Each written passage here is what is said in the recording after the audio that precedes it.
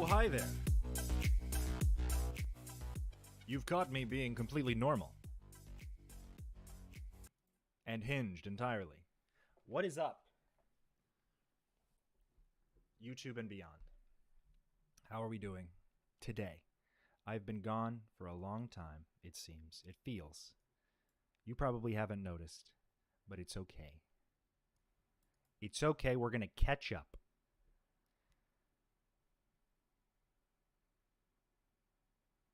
How we all doing? Let me keep this. Let me keep this going. I'll keep it just for the initial intro. I'll keep it low. Low and slow, like a crock pot. Not this one.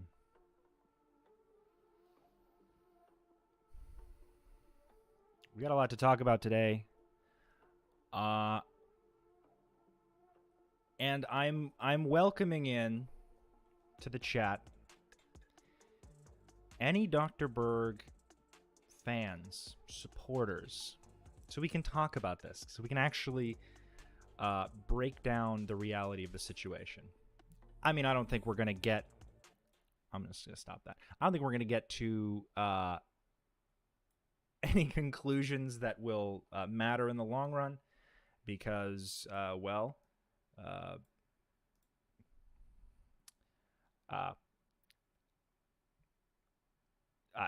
I don't know.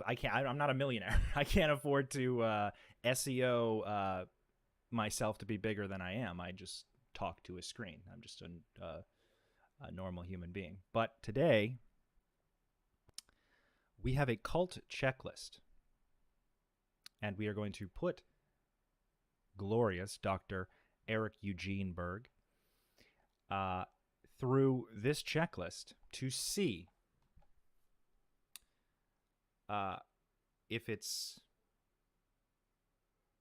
conclusive or speculative or fact that Dr. Berg is a cult leader and he has done a lot of work to isolate his fans intentionally, to manipulate them. And that's what we're going to talk about. I feel like I've been letting him slide. I feel like I was kind of sick of talking about it. And he did his little YouTube subs buying thing, and I chimed in on that. And then, you know, he just, I feel like I got complacent with him. I feel like I just, you know, I'm letting Papa Berg run a little too wild. Okay. I want to just bring your attention. And I've been listening to this book on audiobook while I exercise. Because I've had a couple bad days recently. I've had a couple mental health issues that I've been working on, and that's normal for anyone.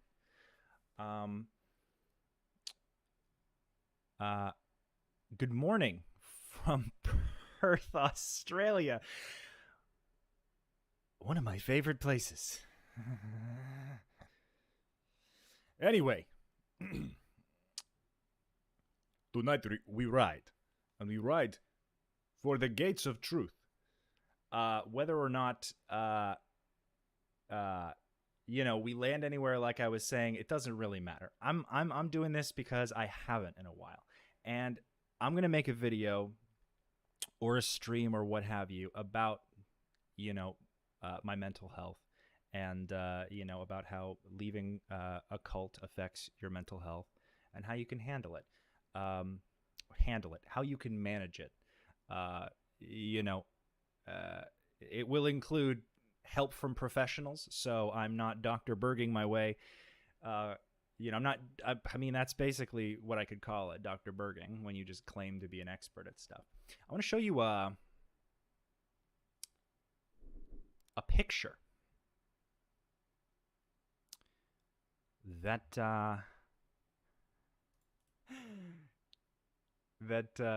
inspired me to do this stream. Ooh, big fans in Perth, yeah, especially over there at Ink and Bloom Tattoo, where you can get all your Scientology tattoo needs. All right, so I posed a question. There was a picture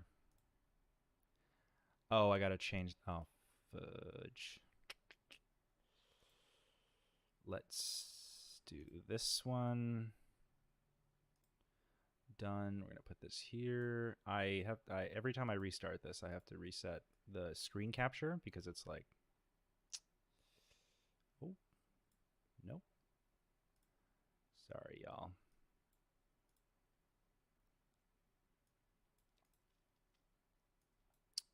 Okay. Oh, is it locked? No. What the heck?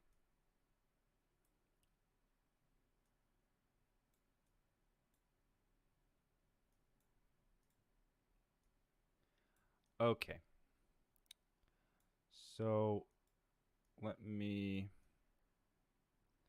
It's probably just like a zooming issue. I'm trying to crop it. All right. Here we go. This is real. Okay. I saw this on his YouTube because somebody tagged me. The information that Dr. Berg uses in this specific video for this thumbnail. He took it.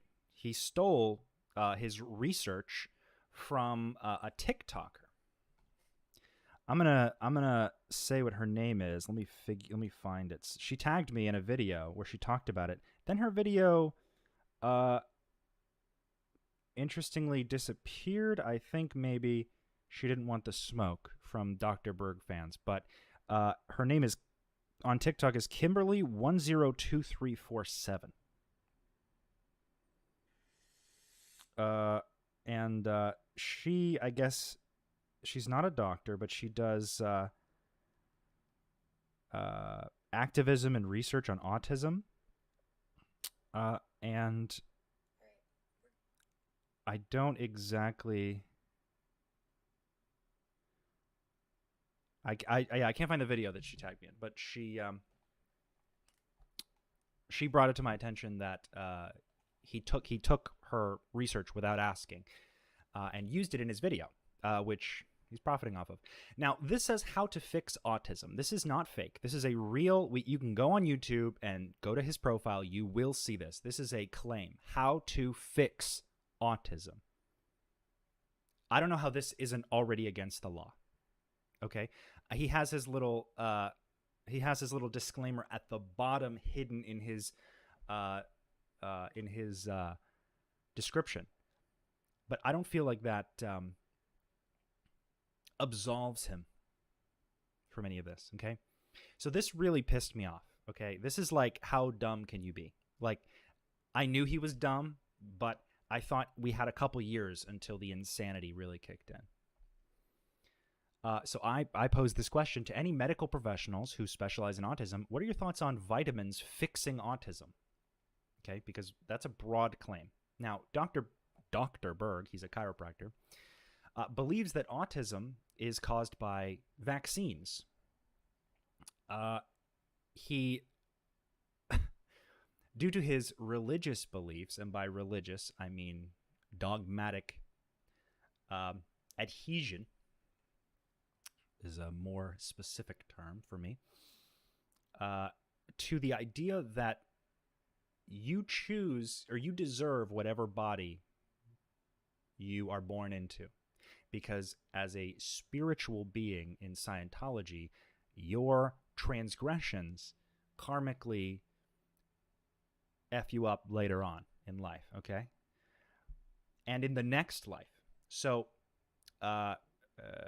full disclosure, I am on the spectrum for autism. I am. I mean, there are people who have much more difficulties with it because it is a spectrum. It's not like a hot to cold. You know, it's like a pie chart. There's many different points you can be. I briefly saw a specialist for that when I was going through a bunch of therapists to find out which one was good, and I landed on one who I worked with for a while, and I'm actually they were busy, so I'm going to be seeing them again very soon. The idea that he knows anything that is worth contributing in this area is horrific. Dr. Berg does not believe autism is like real.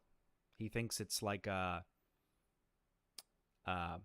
mental, like, I know he's lying for the sake of the video because I've spoken to him. He is my blood-related father. His idea on autism is that it's like a broken defect that must be fixed and corrected. And if he could only fix vaccines, okay, he's taken down his anti-vax videos and his ivermectin videos from YouTube, but I'm sure you could still find them.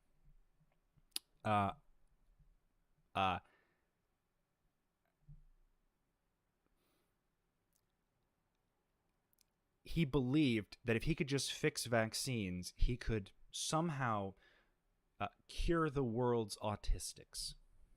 Okay, even in the thumbnail, how to fix autism implies a claim that he cannot back up.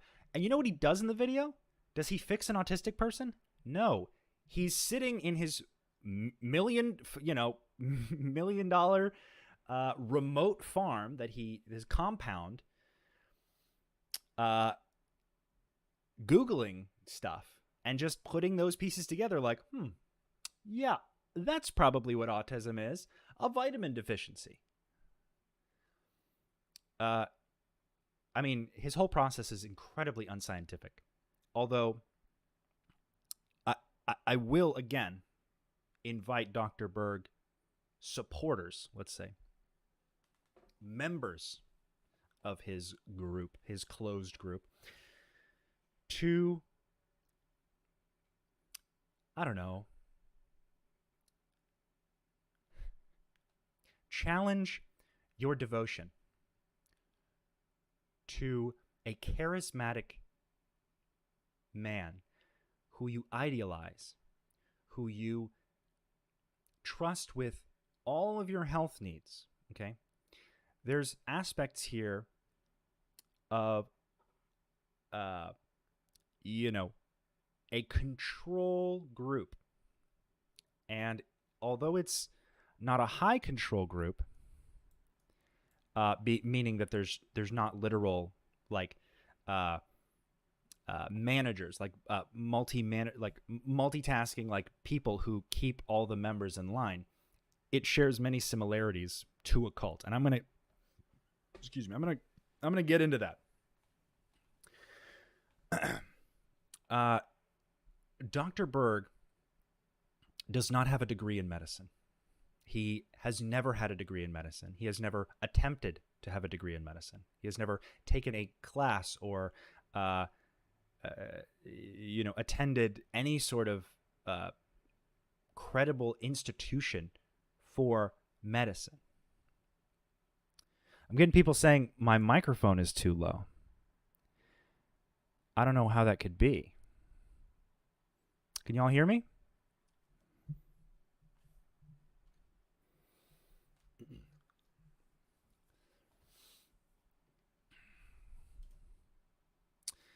Again, this is completely real.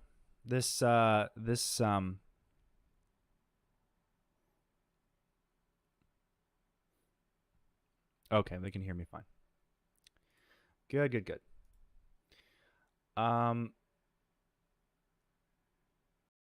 So what we're going to do is we're going to look at a couple things, and then we're going to compare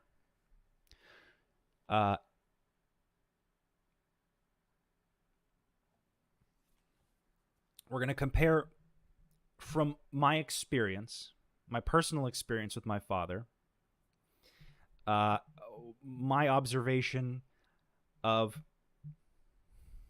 let's say, what it's like to be in a cult and then leave and then learn how cults control people. Okay, so that's my direct experience. Now there are people who have had worse experience, as we've seen in the recent Danny Masterson trial, where we heard the victim impact statements from the Jane Does. These all happened in Scientology and under the watch of Scientologists. A group,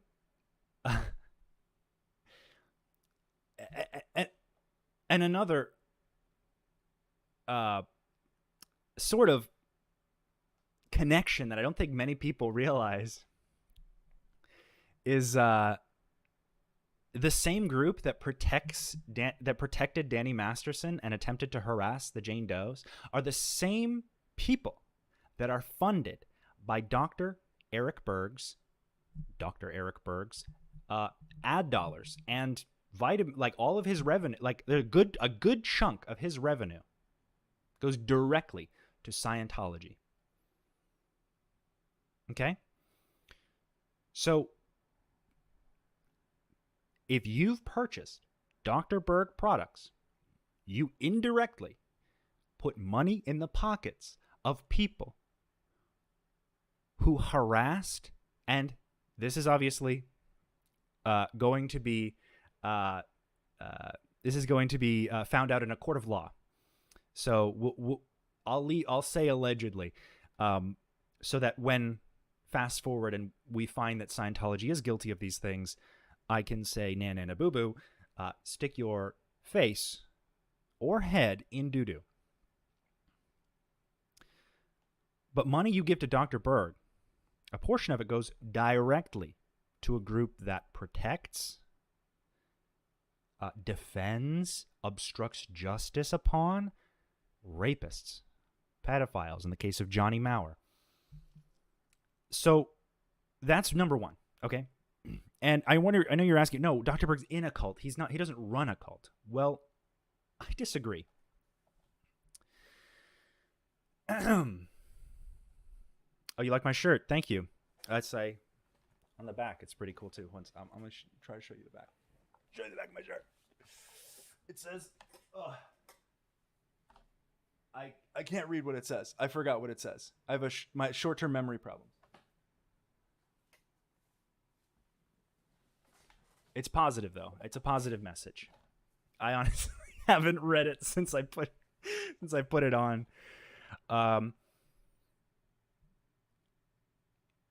I recently, but anyway, I've recently done some, I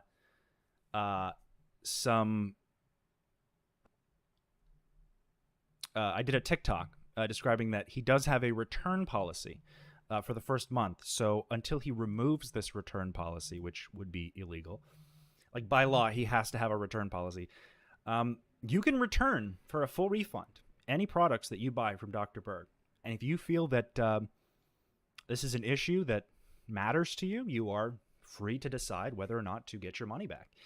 YouTube is a little harder because he doesn't technically make videos for the purpose of proving things. He makes videos to kind of create an echo chamber. And literal echo. He re-uploads. He like re-records the same videos constantly. He told me once he was trying to research for a video about fat-free yogurt, and he found he had already done a video on fat-free yogurt. And he forgot. That didn't stop him from making another video on it. It's just very weird. Very weird guy. So let's get to the crux of the video, all right?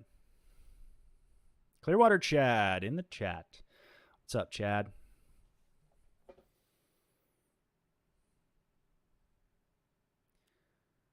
All right. All right, the gang's all here. I recognize a lot of your faces. Mainly your names. All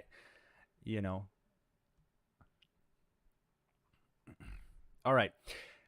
Now, you might be wondering, how would we be able to tell if Dr. Berg is in a cult? Okay. Well, part of my recovery, I've been reading some books about cults. The book I'm listening to right now is called Escaping Utopia by Dr. Janja Lalich.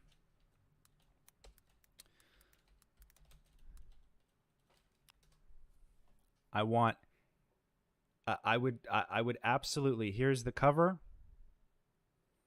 Let me,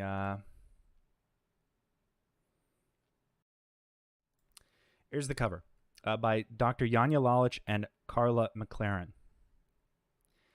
Dr. Janja is a world-renowned cult expert and an expert in high control groups. And she was also in a cult herself a long time ago. This book, and I mean this so incredibly earnestly, if you have left a cult or Scientology, if you are interested in understanding what a cult is, or what it's like to be to grow up in a cult, if you want to prove that you're not in a cult, that's a better one. If you want to prove you're not in a cult, read this book. Have empathy for the people in this book and decide for yourself. Okay? This book is very detailed. There's a lot of firsthand experiences from all sorts of cults. There's like over 65 victims of cults who speak in this book. It's actually insane. But I highly recommend it. I'm enjoying it. And I'm not even done with it yet. So put this on your reading list. I'm not getting paid for that. I just really appreciate the book. I appreciate what they do. All right. So Dr. Janja has a group called the Lalich Center. Okay. Now, this is an international authority on cults and coercion. This is something she's been setting up for a while, it seems. And I know this because it was in the book I was listening to. The characteristics associated with cults, there is a sort of checklist you could put a group against and compare what's the difference between a positive transcendent belief system and a toxic transcendent belief system. Now, what do I mean by transcendent belief system? This means an understanding or a system of belief that has to do with a utopian idealism, or fixing the world's ills, or making the world pure, or purifying everyone in the world. You understand this. Almost every single cult has a transcendent belief system where you become the holder of ultimate truth, and everyone who doesn't have that truth is wrong because they haven't been given this knowledge. Do you understand?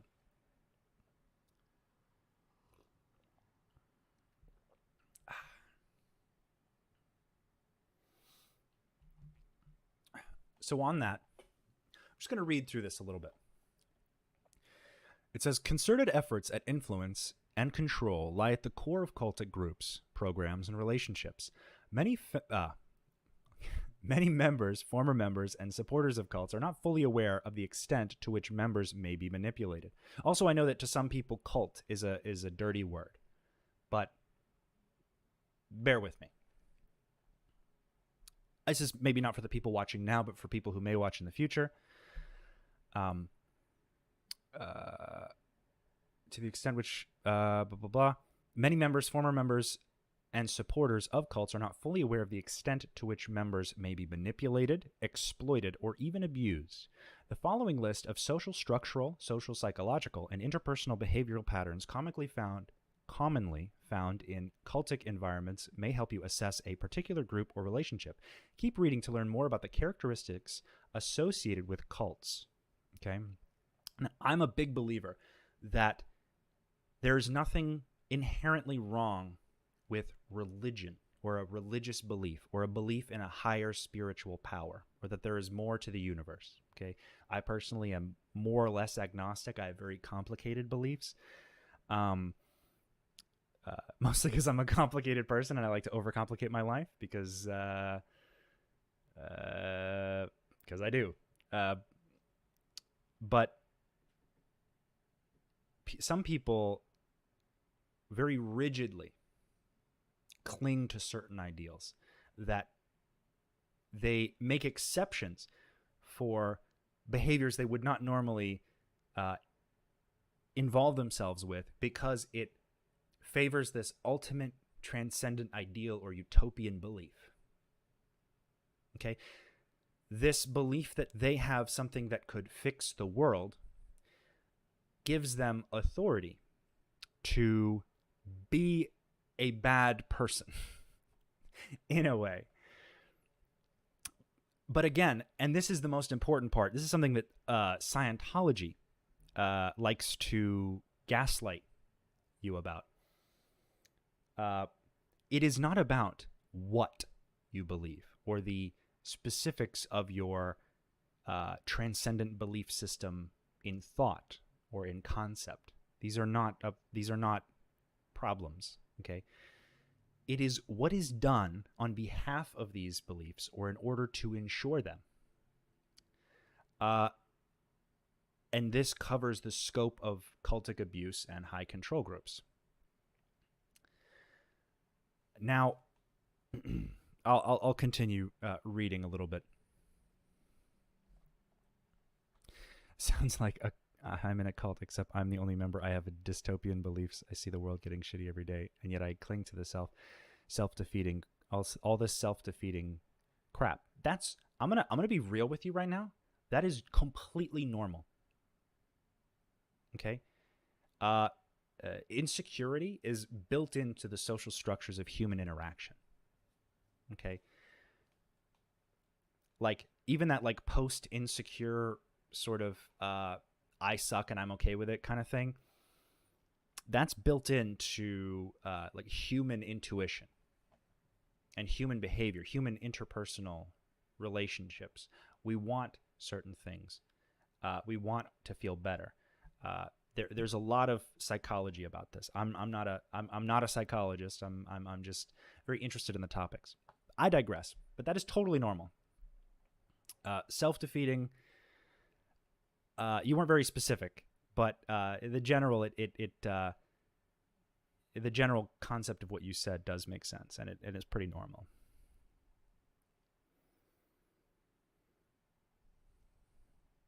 All right. I encourage you to compare these patterns to the situation you were in or in which you, a family member, a friend, are currently involved. This list may help you determine if there is cause or concern. Please bear in mind that this list is meant to be a cult scale, or not meant to be a cult scale or a definitive checklist to determine if a specific group is a cult. This is not so much a diagnostic instrument as it is an analytical tool. Now, that is about the legal coverage statement that I could, I could expect from someone as professional as Dr. Yanya, because even she says, you gotta use your brain on this one. I'm not going to tell you what you have to believe. That's the whole fucking point. All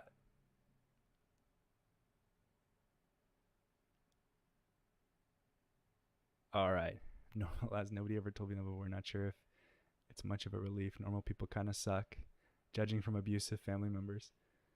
It's all perspective. Hi, Ian. I dropped Dr. Berg when I saw your original post. I wasn't in Scientology, but was in a cult. Getting out is only the first step of departing from the mindset. It's a lifetime struggle. Exactly.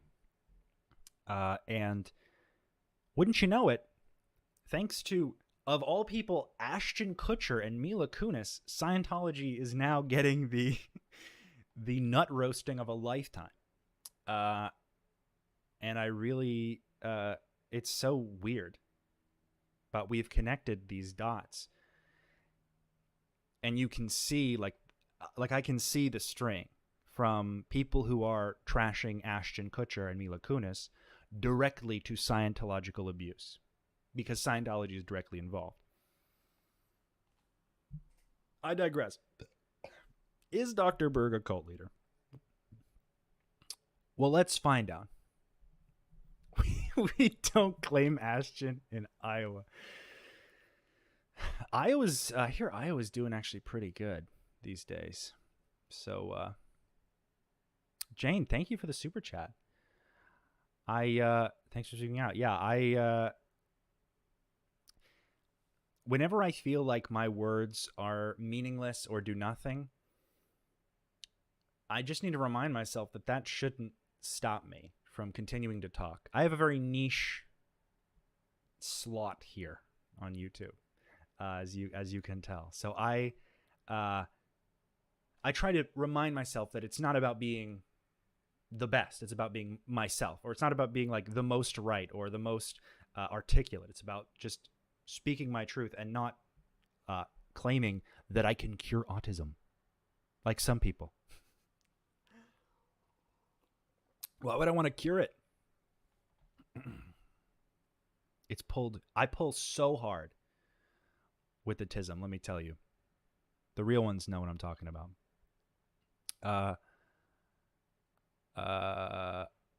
Mila apology was about as genuine as Johnny and Amber's was when they snuck their dog into Oz. All right. Let's start with the first. Is Dr. Berg a cult leader? Let's start with the first point. The group displays an excessively zealous and unquestioning commitment to its leader, and whether he is alive or dead, regards his belief system, ideology, and practices as the truth, as law. I don't know if you've ever talked to someone who is a fan of Dr. Berg, but just about the fact that he very naively covers every topic in medicine from the stance of a chiropractor sort of shows you, like, I used to work for him. I was his quality assurance. I was the director of quality assurance for his, I think you probably, if you knew, his keto consultants. When he first started up the keto consultants, when you could call in and ask for help, I was the guy listening to the calls. I was listening to dozens and dozens of calls every day. And I was critiquing, I was basically hired to, and this is very matter of fact. This is actually why I was hired. A little bit of nepotism, but I'll own that. I was not very set up for success. There's a lot of nepotism in Scientology.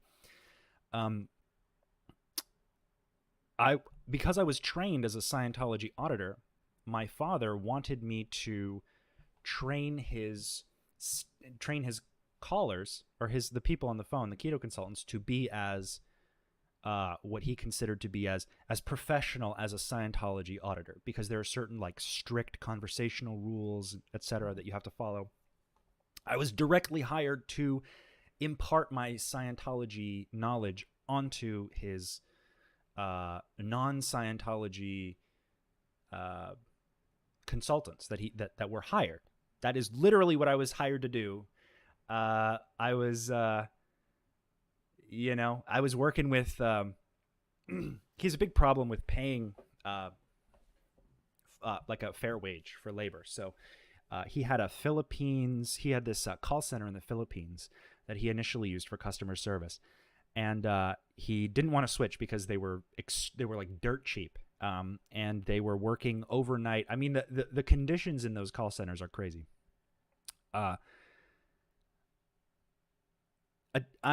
digress.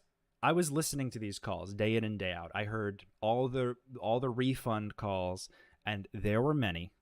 Many people had problems with especially the gallbladder formula. I remember the gallbladder formula probably being one of the most returned products, because it's just like ox bile in a pill, and not everybody can digest that.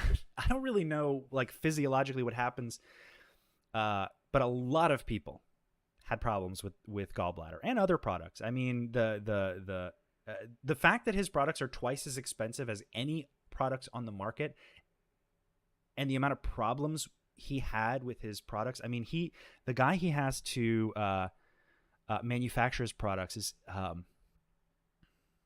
it's in Clearwater, Florida, which is where Scientology's spiritual headquarters is actually located, which is I'm not sure a coincidence, but It's at a facility called Sun something. Oh my God, what was it? I toured it. I have pictures of me in the facility. This guy, it was so long ago. Yeah, we went there. I went there with my brother to like check up on stuff just before COVID. It's all like as cheap as it can possibly be, right? Well, he marks them up to be immensely expensive. Go on Amazon, look at a Dr. Berg product, and then look at the next leading product, and look at the price difference, and then look at the ingredients difference, and you decide for yourself whether or not this is fair. Okay, especially because a lot of the problems were like damaged products, issues with packaging not being correct, so the electrolytes would show up all messed up. There was a lot of problems. I'm just saying this is like sharing a bit of my experience. I've already talked about what it's like to work for him, although I'm sure I could ramble on forever. It's a very like the people who are still working for him are because they believe he has influence over them because he is famous, which we'll get to. That's part of the checklist. Anyway, so the excessively zealous and unquestioning commitment to its leader. Dr. Berg fans, especially in his closed group, it's not an open group,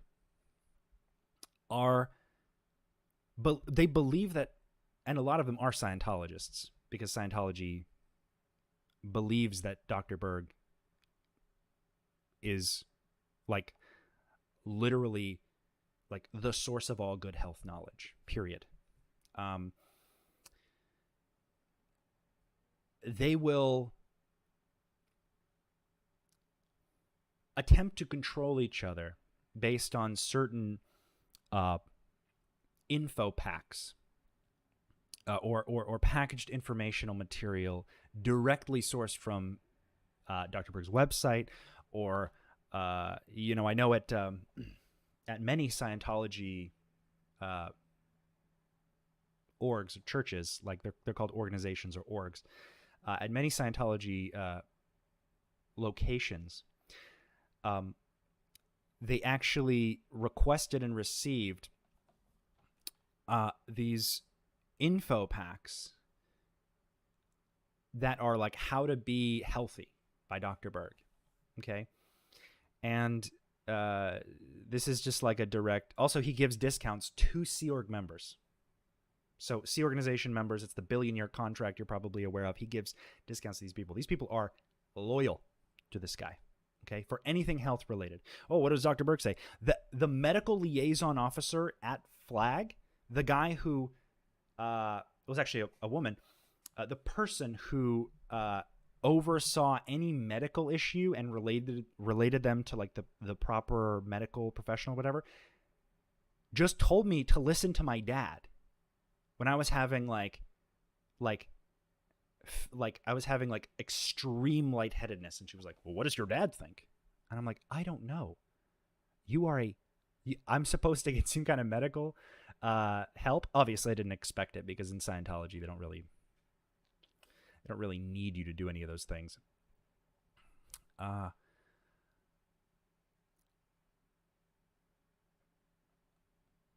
yeah. Oh, I'm just seeing new people are joining the chat. Hey, Elysia. We got the Degraded Daughters of Dianetics in the chat. At least one of them. I'm not ripping on her. That's that's in the name. It's sort of an ironic title, obviously. I think a lot have lost faith in the medical system, and some of what he's saying seems like valid points. Right. Which is, when you look at like Scientology and how they operate, it's very similar. They co-opt real information, like let's say information that benefits them, like psychiatric misuse.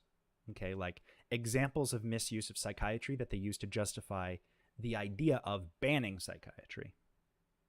Or, but they offer no replacement. There's no means to regulate something. There's no effort to help other people's ideas. It's a stolen, it's like they want it to be theirs. Just like my dad wants the health system to belong to him because he believes he's right. And people in his group want also him to be in charge of all health in the world. He believes he's curing cancer, which you usually have to cure the cancer first before you claim you can do that. We do not do that here. Which is like my thing. It's like, if you can claim to do this, then why the fuck aren't you doing it? Pardon my French, but why aren't all the autistic people cured if he can do it? You know what I mean?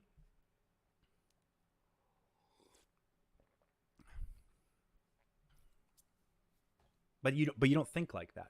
So there is an overzealous, unquestioning sort of belief towards this man. That is without a doubt from my experience.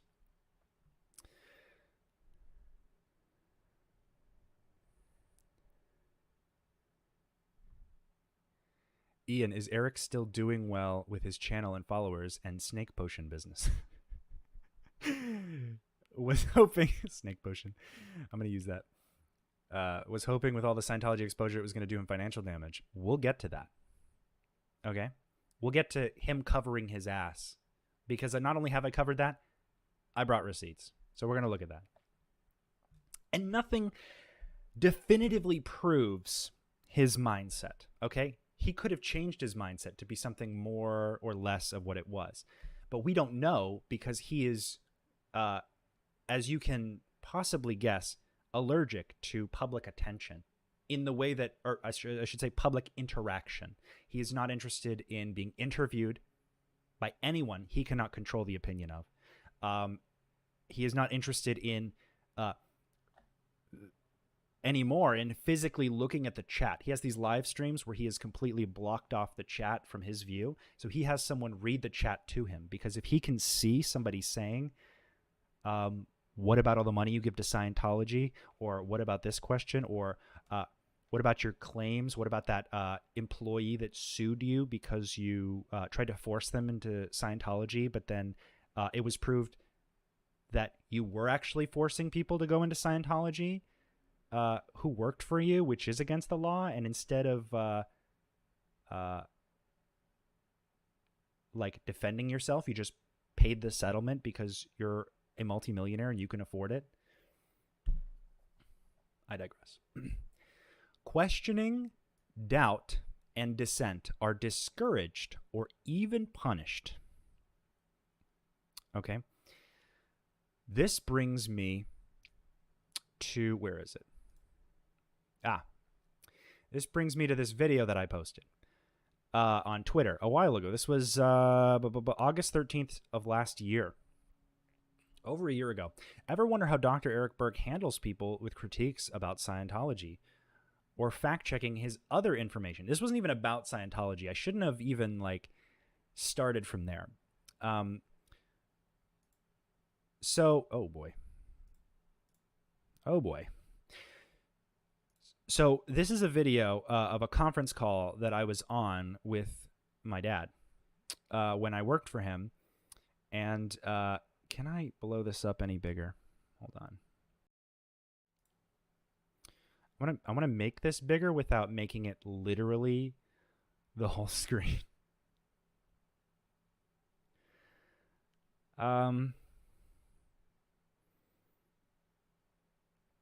Oncologist told me chiros press on tumors, forcing cancer to spread.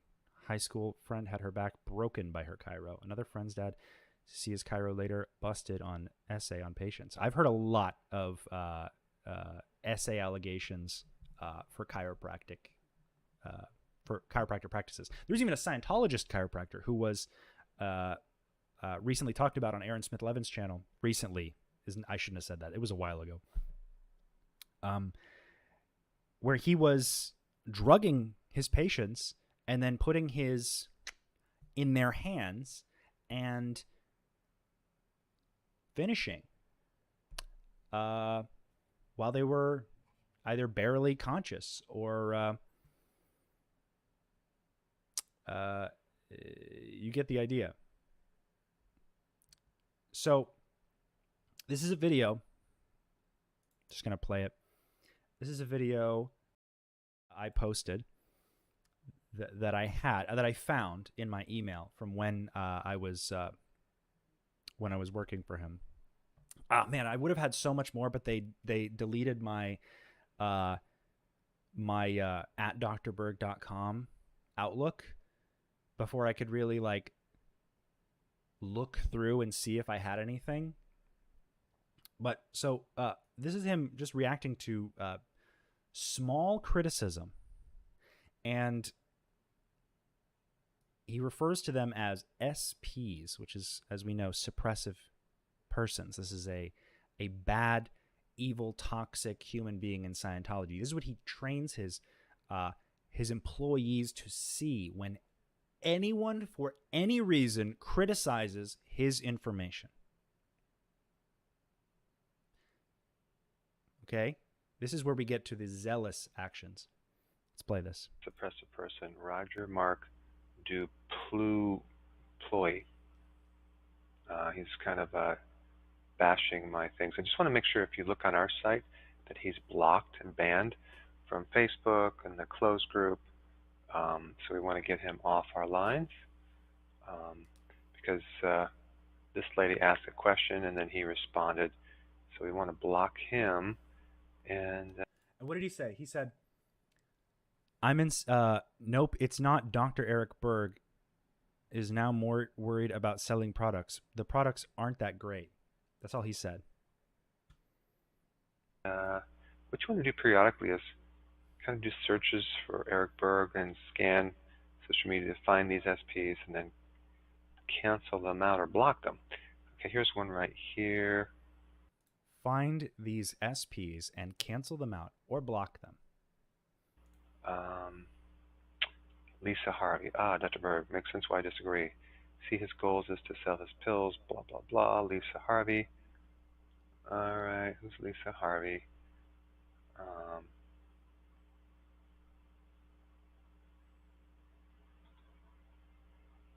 Can you all hear it okay? I get that it's a little small. I wish I could make it bigger, but I have to. The formatting on the screen capture is really rough. I just want to make sure everybody can see it okay. Okay. Yeah, so we want to block these guys. You know, they creep up all the time, whatever. Yeah, I wonder why. These people creep up all the time. These people keep correcting my medical misinformation that ivermectin is a good cure-all.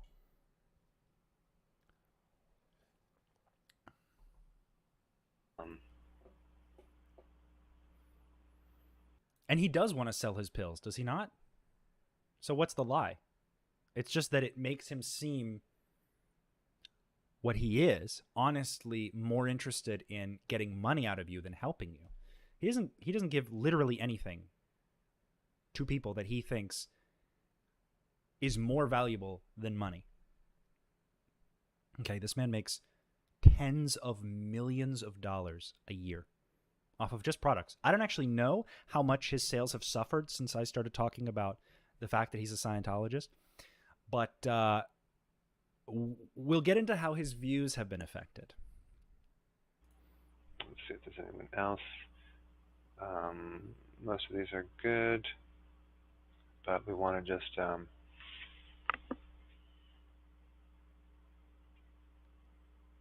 find out who's... I can see some people in the chat talking about chiropractors. This isn't about chiropractors, by the way. The point is that he is a chiropractor claiming to be other specialized. Okay, this is about a Scientologist con man who cleverly manipulates people into believing he is the all-knowing father of all medical knowledge. Whereas his only certifications, and if you ask a chiropractor if they know everything there is to know about medical knowledge, it would be unreasonable for them to say yes. It would be psychotic for them to say yes. They have targeted specialties on things that they're interested in that have to do with the bones and the alignment of the spine. Okay? And how that correlates to other issues in the body. We're not talking about chiropractic. An honest person would stay within their realm of specialty and not claim to be bigger. Obviously not claim to be less than what they are. If you're a good chiropractor, you can be a good chiropractor. Don't break people's spines or do things that are, immoral or illegal or beyond your scope or untested, unfounded. And no one's worried about it, all right? It's there are worse things in the world.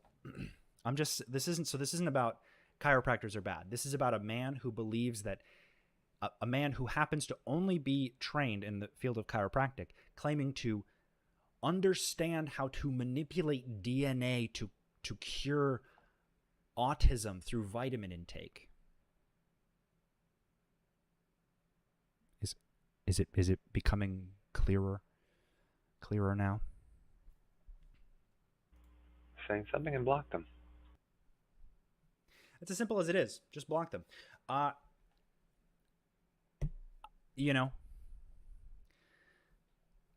So this is how he portrays his information as unquestionable. Okay? Questioning, doubt, and dissent are discouraged or even punished by blocking completely. If you mention my name in his videos, you will be blocked permanently. Mind-altering practices such as meditation, chanting, speaking in tongues, denunciation sessions, or debilitating work routines are used in excess and to suppress doubts about the other group and its leaders. This is less relevant, more relevant in Scientology, but less relevant in, if you could call a mind-altering practice fasting for a long period of time, and having people like telling everybody to fast constantly when not everybody can medically fast comfortably. Some people are different. Nothing says, Ian, I don't believe you. Well, what is there to not believe? What would you like me to show you? Let's open it up. Go ahead. Tell me what you don't believe. You don't believe he's my dad? Would you like me to show you pictures of him at my wedding? Would you like me to show you my wedding video where he is literally next to me in frame? I don't believe you. I think you just have daddy issues. Well, whose fault would that be? Mine or the daddy? People, and this is another, nothing, thank you for bringing this to my attention. We can actually go to this questioning, doubt, and dissent or discouraged or even punished. Let me show you my comment section from people who are Dr. Berg fans. It's going to be a lot similar to nothing here. All right.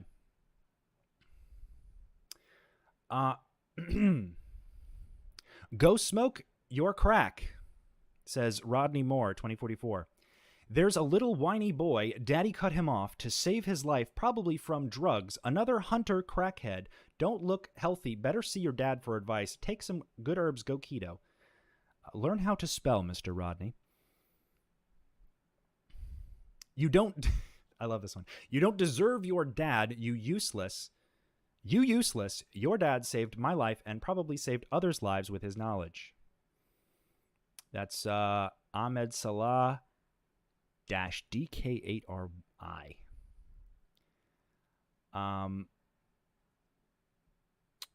Your dad helps people without anything in return, which is a joke. What do you hold a grudge for him not giving you free money? And then this person below, without anything in return, are you stupid or something? This man is a multimillionaire. I love this idea. One of my favorite critiques is that I left him because I wanted to be a millionaire. I left the family because I wanted to be a millionaire. I wasn't getting millions of dollars or whatever.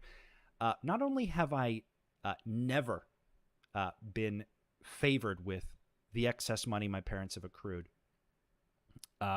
I was given just about the bare bones of what you're legally allowed to provide a child. I was aggressively encouraged to get a job at 12 years old. Why would I, if money was my goal, separate myself from the source of the money and attack this person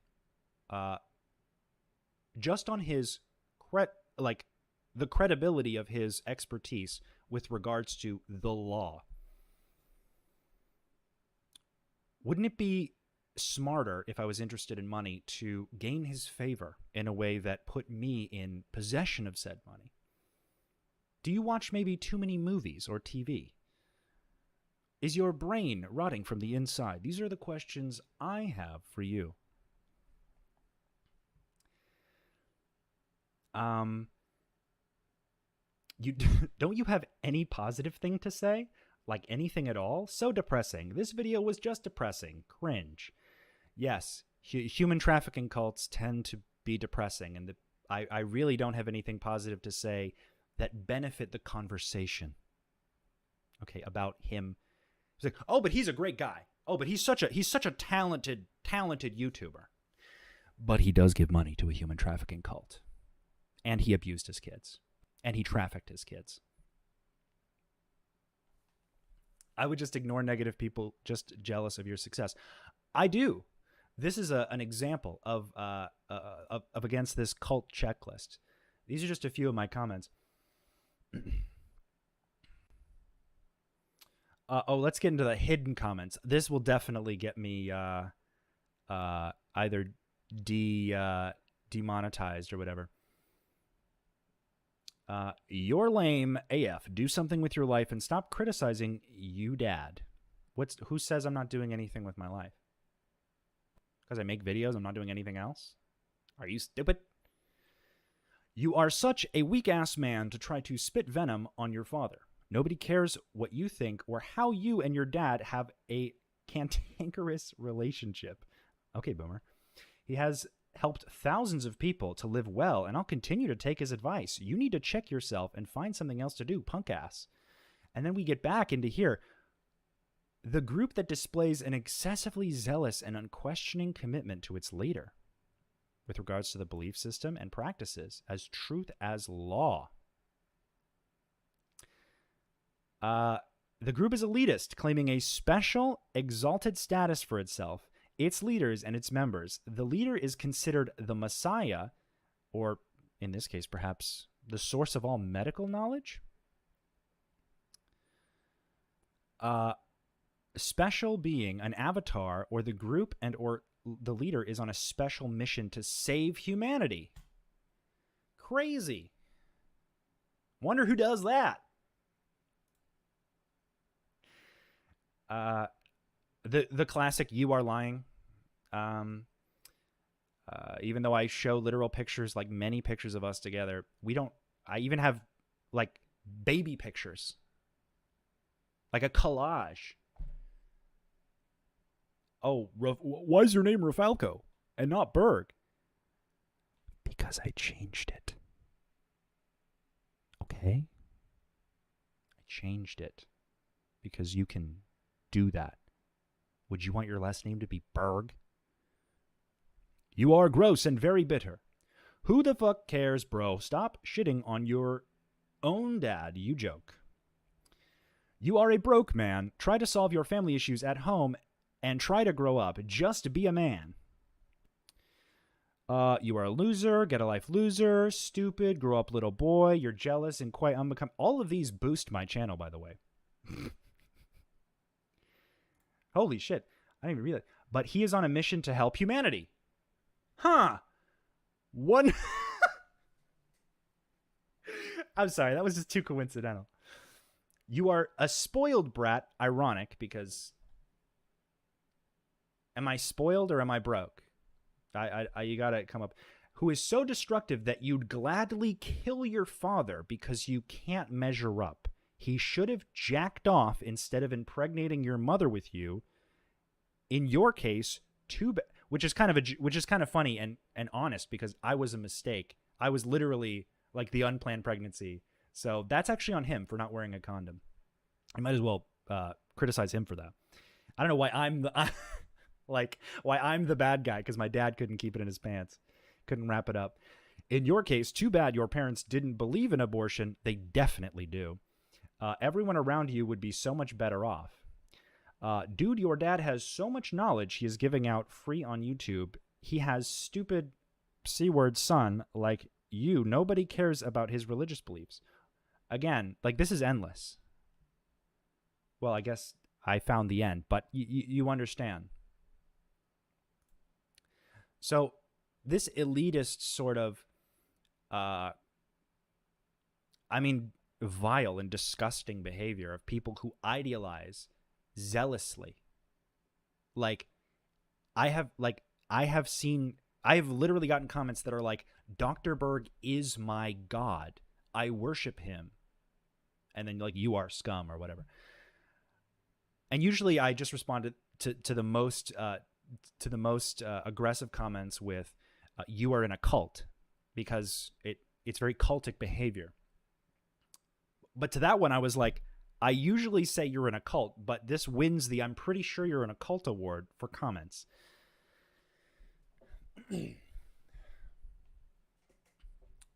So as you can see, there's this, and with regards to that video I showed, subservience to the leader or group requires members to cut ties with the family and friends and radically alter the personal goals and activities they had before joining the group. Now these are sort of key. These next things are key characteristics, all of which Scientology is like completely guilty of. But let's analyze whether or not Dr. Bozo is guilty of. I like to call him Dr. Bozo because it's rolls off the tongue. Also, to the credit of people who think I'm dumb or whatever, I am. I'm not the smartest person. I never claimed to be the smartest person. I'm not some Dr. Berg character who would claim to have all knowledge of everything. I don't talk about everything. I talk about cults and high control groups and my experience in Scientology and recovering from it. That's where I feel comfortable, is that I'm not claiming to be some altruistic, born from God himself, salt of the earth, a savior. That would be insane. And people think these all come from Scientologists. I don't believe that they do. They might come from Scientologists who are fans of Dr. Berg, but it applies the same way, because a lot of these people come from backgrounds that aren't present in Scientology. Like, I believe these are just Dr. Berg fans who believe that attacking me is, like, valuable to their little group. But he's made it in such a way that, like, if you question Dr. Berg's methods, it's scary to be the guy or girl who questions, the person who questions the validity of Dr. Berg when you're in his groups. Part of me thinks that, because I've heard of this happening, people in the Dr. Berg groups will go out of their way to, like, if they they hear Dr. Berg's a Scientologist from me, and they're like, oh my God, I can't support this guy anymore because Scientology is a human trafficking cult that protects rapists and pedophiles. I should share this with others in the closed group, or there's like Telegram groups, there's like all sorts of shit, so that, like, they can get this truth too. And then those people come to my account and then watch like a video, one reel or one short or whatever, and they're like, "You're the biggest. Oh, I hate you so much. Dr. Berg is such a smart guy. Oh, I love everything he says. His videos save millions.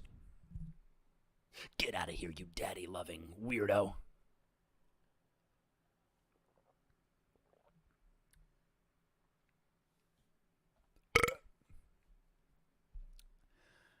And I thought I was mentally ill.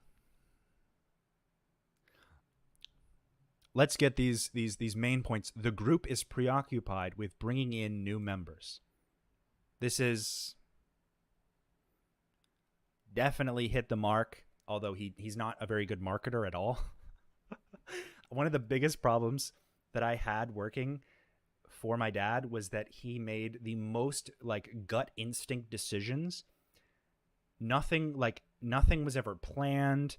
His like attention was all over the place. He was kind of like, I want this done yesterday kind of guy. And it made planning and the structure of the organization run horribly. Talk to literally anyone who used to work for him, and they will tell you exactly the same thing. It's so like back and forth. I wonder sometimes if he didn't work out with his wholly Scientology run marketing company, which is called AGM, Attention Grabbing Media, who literally scammed him in a way that is so funny. Scientologists scam each other in the professional world all the time. And I mean, even Gary Cardone and Grant Cardone scammed Dr. Berg. Like scamming is like so. Oh shit! What was I gonna say? I lost my train of thought. Even like yeah, I lost my train of thought. Bringing in new members. Oh yeah, he's a bad marketer. So like, even in the realm where he's giving this marketing company like $40,000 a month, and they do nothing to market him. And then he says, hey, and then I say, hey, they're doing nothing to market you. And he says, you don't know that. I'm like, bro, look at what they're doing. Look at, like, I had backdoor access to this shit. I had to call them and be like, what are you doing? But they were actually more focused on the other more high profile Scientologists like Tom Cummins, and who's now on the board of that company. And what's her name? Nancy Cartwright, who is literally Bart Simpson from The Simpsons, and the voice actor is a Scientologist. So they all work with this guy, Manuel Suarez, who runs this company, to essentially boost each other, but only in a way that profits themselves, in like a weird, like shared narcissism of them. It's like a very weird thing to try to describe. But I would say they are preoccupied with bringing in new members. They're just very bad at it. Okay. And speaking of new members,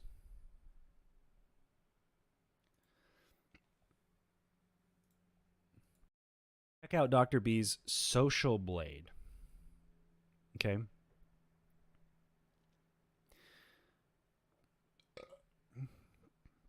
This is sort of a backdoor to his YouTube views and interactions, right?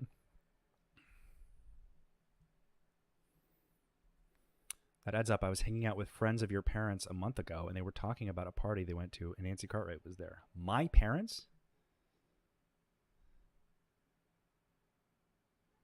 Friends of my parents. Those are from the in DC? That's interesting. I mean, they have a handful. I'm not going to say they don't have friends. They're fake as hell.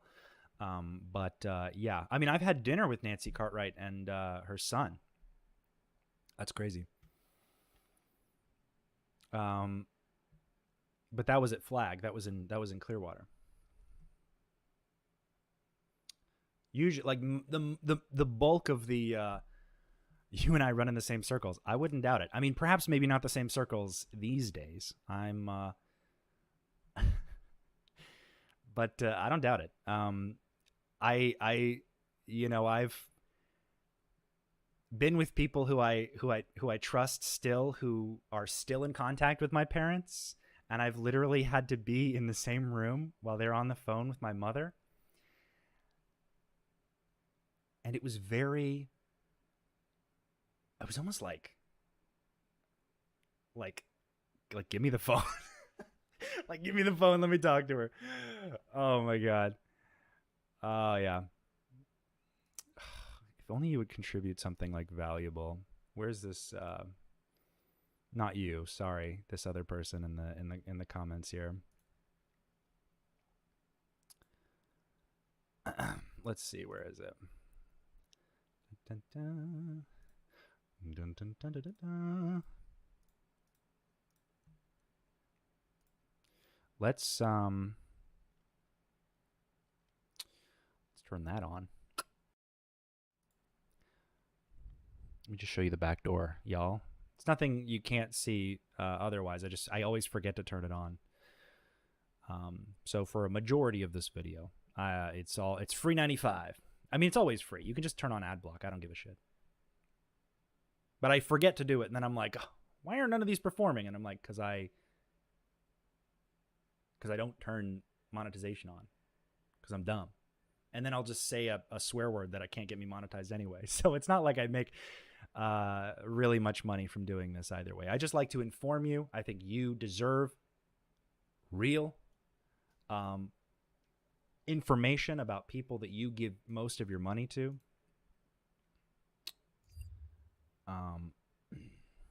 So that's just that.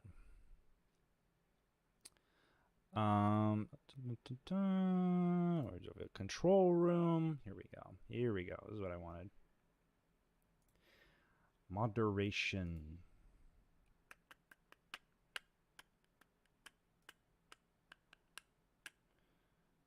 Here we go. I put you in timeout till you learn manners, or at least how to structure your argument in a way that is arguable, a way, that isn't just based on your blind, zealous behavior. It actually has to have substance based on experience beyond yourself, okay? Anecdotal experience means nothing in terms of showing whether something is factual or not.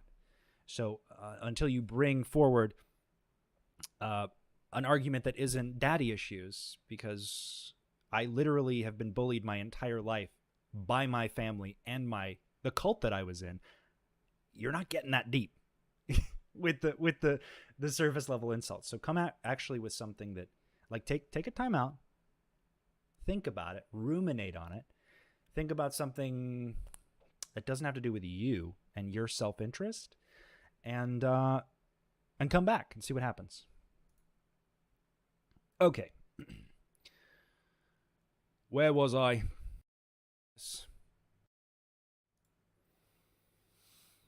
So let's look at his. Let's look at Dr. Bozo. Look at this track here. Somehow, in a year, how do I go further back? It doesn't go too far back, does it? In a year, the subscriptions, the total subscriptions. So from the entire 8-9 years that my dad had a YouTube channel, he had slowly accrued up to 5 million subs. And I will wholly admit that at least 5.5 of those are real people. Or I'd say at most 5.5 are real people. Okay. He has other channels that have different stats that do not correlate to his main channel, which now, surprisingly, he went from 5 million subs over 9 years, and in 2 years is now at 11 million subscribers. Okay. He's addressed this once when he hit 10 million. And then suddenly his subscribers just look like this. And he was stuck at, I wish I could go earlier than this. Maybe I don't know how to. Total subscribers monthly. I need to be a yearly. Maybe I just don't know where to look for it. But it shows in like detailed statistics. Let's see. It showed like he was just doing. I've made videos about this. Look at my YouTube reels. You'll see the Dr. Berg pays for subs. I show like he had 100,000 subscribers a day until 10 million. Okay. And then after 10 million, he had 0 subscribers for like months. And then randomly 100,000. And then he's at 101,000. Okay. So this is like, let's just look at like how numbers work. Who are these 10 million people and why?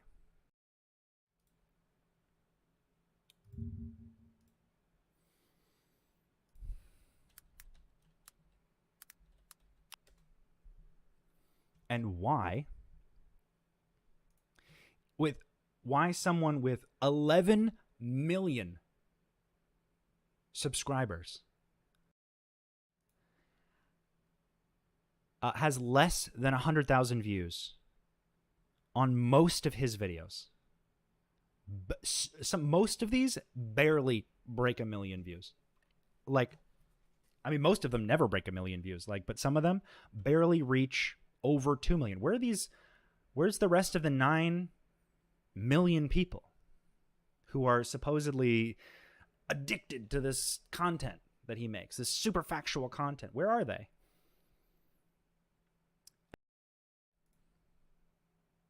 That if we go to, let's see where we get, well, his Twitter doesn't exist, thanks to me.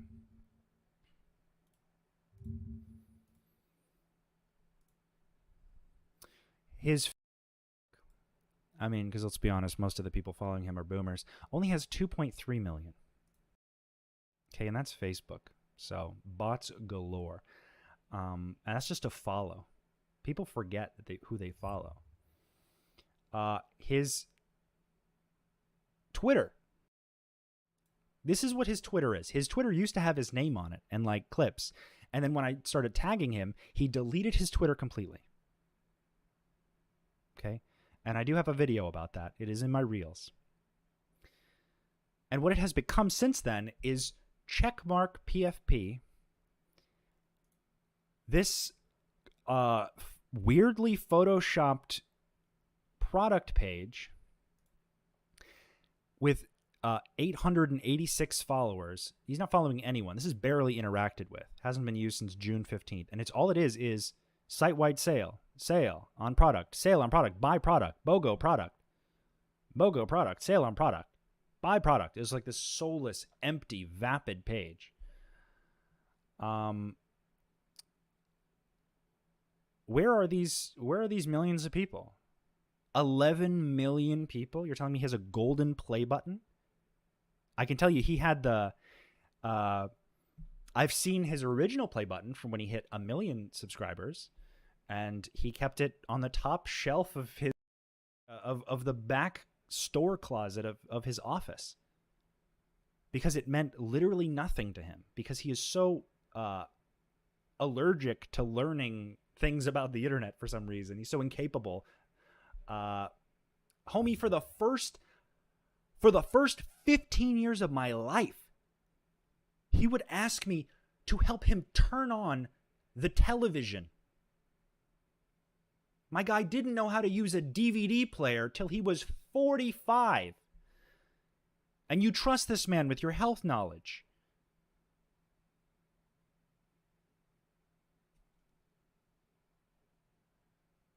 Like, I mean, sometimes I just remember, and it just blows my mind that these people have no idea how, like, vapid this guy is. He acts for you. He's on camera. Of course he's going to smile. You don't ever see him when he's not on camera. And when you do, well, I mean, you don't anymore, because he stopped doing his keto conventions. Because if somebody, God forbid, in public asks him about Scientology, his career is over. Because he has to then be like, I know it's a cult I give millions of dollars to, but I'm not going to say anything bad about it. He's terrified to talk about Scientology. I wonder why. It's so embarrassing for him to be a Scientologist. Not saying he doesn't think that he's right. I'm saying he believes that his method of understanding and his method of like whatever scientific method he invented in his brain to correlate facts doesn't hold up. Beans Brown, thank you for the super chat. You're cracking me up.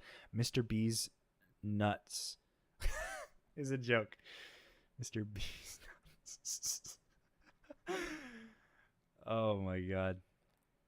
The income on YouTube is reported to be about $60K per 1 million subscribers. No effing way he's making that much. Obviously fake followers. Yeah, and most of his money, I mean, he used to say, oh, I can make 50 grand in a week. And I remember being like, wow, I've never even had more than like 4 grand in my bank account. I don't even know what that looks like.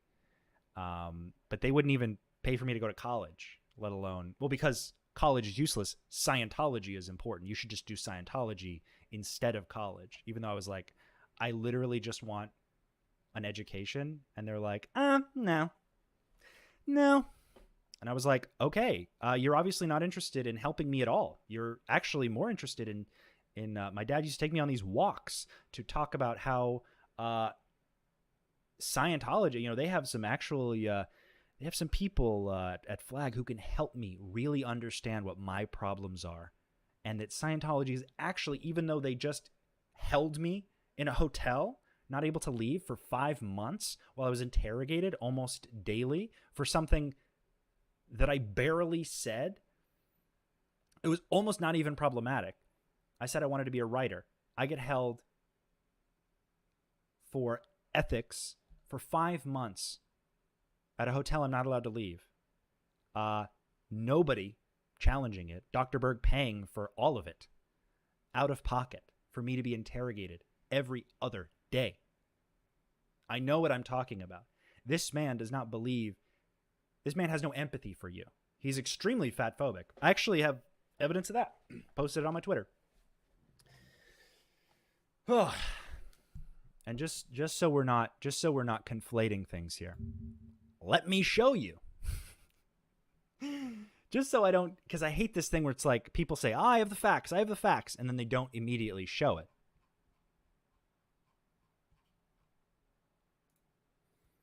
Oh, why didn't I just... I said, this is a tweet I posted on August 22nd.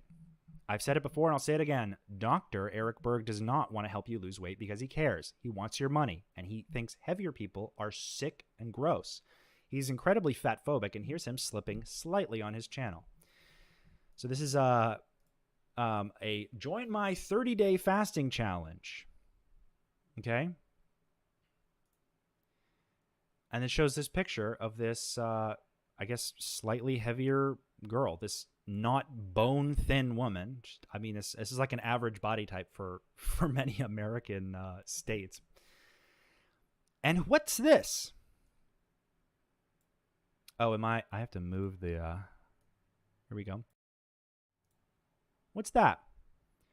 This is somebody saying, if you look close enough at the fat one, you can see needle tracks. Why did he like this? This is liked by Dr. Berg right there. And he does read comments and like certain comments.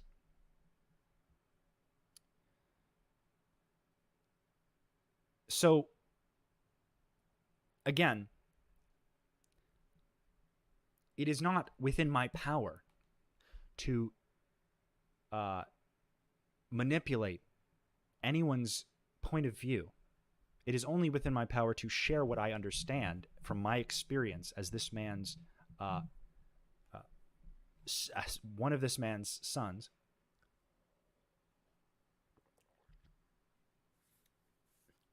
And for someone who's left the cult that he is still indentured to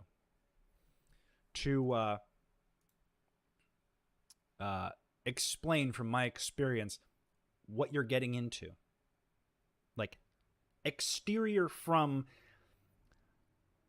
the health journey of going keto, which is, again, not something I'm interested in talking about because it has nothing to do with keto. These are other things. I'm talking about the vessel, who is delivering these things. Okay? In my comments, there is no shortage of people being like, well, go to this doctor. Well, at least we have Dr. blah, blah, and we have this doctor. Like, I don't care who you go to next. There's always going to be another guy. This guy has very specific intentions and beliefs, and you don't have to care at all. But I challenge you to have empathy. That's my only thing. I mean, I literally could not care less. I've recently had a bit of we call it a pest control issue with some people who, you know, made claims about me. And then when I was like, can you prove it? I was blocked and hidden from asking for this proof. I was like, can you show the class your evidence? And funnily enough, this person blocked me from being able to interact with their YouTube at all. Again, I'm eagerly awaiting to see what this evidence is. But I'm no stranger to insults. I'm more of a stranger to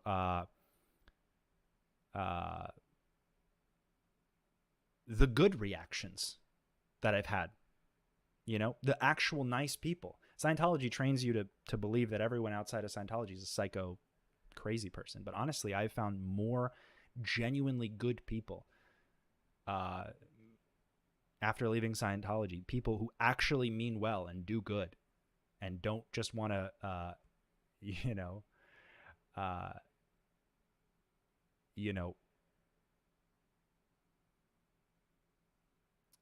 who actually want to help other people. They don't exist in Scientology. Nothing's back. Have we thought about what we wanted to actually say, or are you just gonna hurl insults at me and other people? Because I'm waiting to actually have a conversation, but some of these people really don't get it.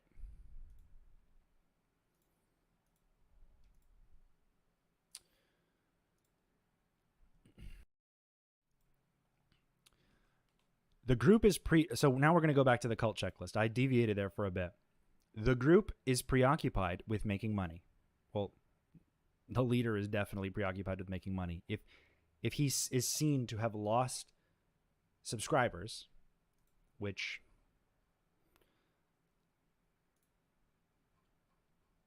I don't know what you would call this.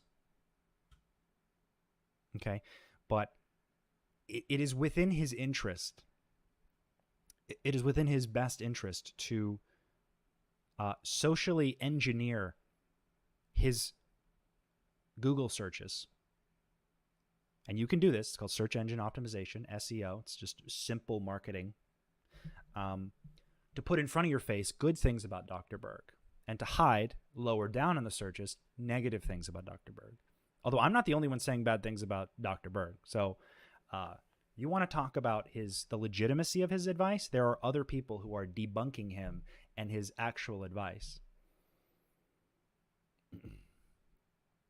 So, like, you can come at me all you want. I'm his character reference. I'm not his doctor corrector or whatever the hell you want to call it. Like, you're arguing the wrong things and you're coming off as a bit of a tool. And you can see right here at one of these places, I forget when I posted the normal, posted the original TikTok that I had, but it was around one of these spikes.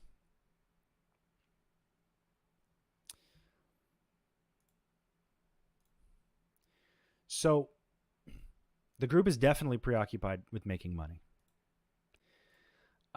Members are expected to devote inordinate amounts of time to the group and group-related activities. Now, this is where I would say we're more close to a fad than a cult, okay? Because although his people are expected to fast, okay, which is a sort of a devoted, inordinate amount of time to group-related activities. That's as close as I could get. His fasting, a lot of people are not able to fast or have problems fasting. And yeah, he makes the teas and he makes this and that, but like, you don't have to fast. That's its own thing. But people who don't fast in the group aren't doing enough to see results, right? I remember my dad, he used to come home from when he had his practice in Alexandria, Virginia. He used to like pick me up from school, and then he would tell me about all the awful, disgusting, gross patients he had that day. And most often it had to do with like, these stupid, dumb, idiot people drink Coca-Cola or they drink a soda and they wonder why they don't lose weight. And me as a child, I'm like, what the hell do you want me to say about that? But I grew up and I learned that everybody's different. Everybody reacts, some people drink soda like 10 times a day and they don't gain a single pound. There's literally a broad spectrum of health tolerances, intolerances, systems of metabolism, and like, there is no one-size-fits-all solution. Unless you ask Dr. Berg, who says that there is, and it's his system, and it works because he says so. This is... Oh, what the hell? Somebody asked this guy if he's a Scientologist. I would join them if I could. You can't afford Scientology, my guy. How am I the coward if you want to join a cult? That's so funny. That's such a backwards concept. You're like,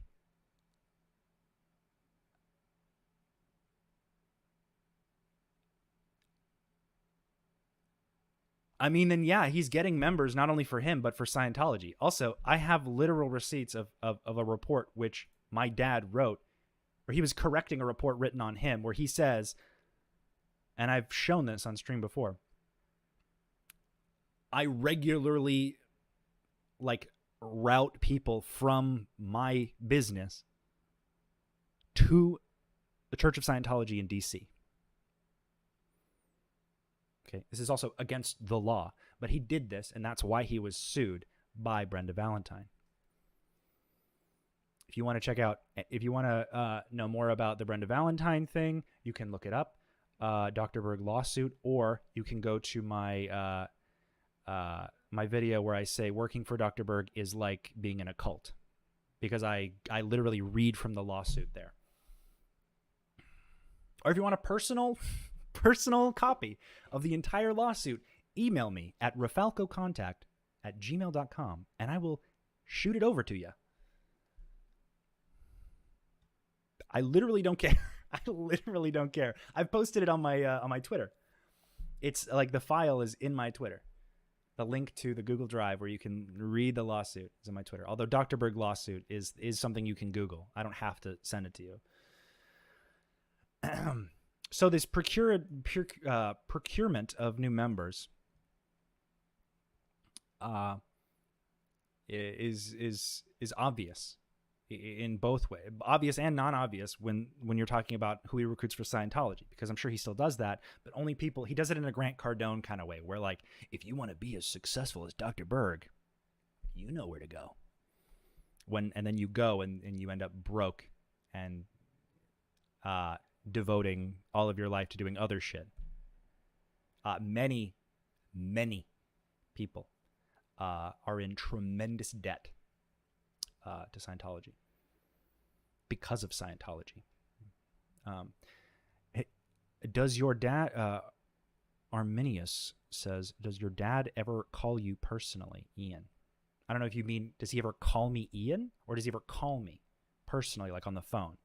My father, due to his religious beliefs from the cult of Scientology, I said a negative thing about Scientology publicly. It was slightly negative. It was very, very slightly negative. I was then excommunicated from being able, like from Scientology, which I was already leaving, but then disconnected from my entire family.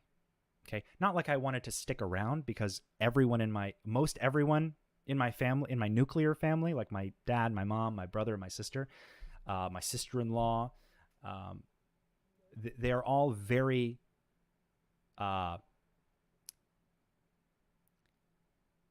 indoctrinated. They're all very toxic people. And they claimed that I was toxic. And the only way I could agree is if I was toxic to the dogmatic, psychotic mindset of Scientology, which dictates that you don't criticize anything and you repress everything. And, you know, there's a lot of shit happening. And if you can see, you know, like Scientology is bad on just about every metric.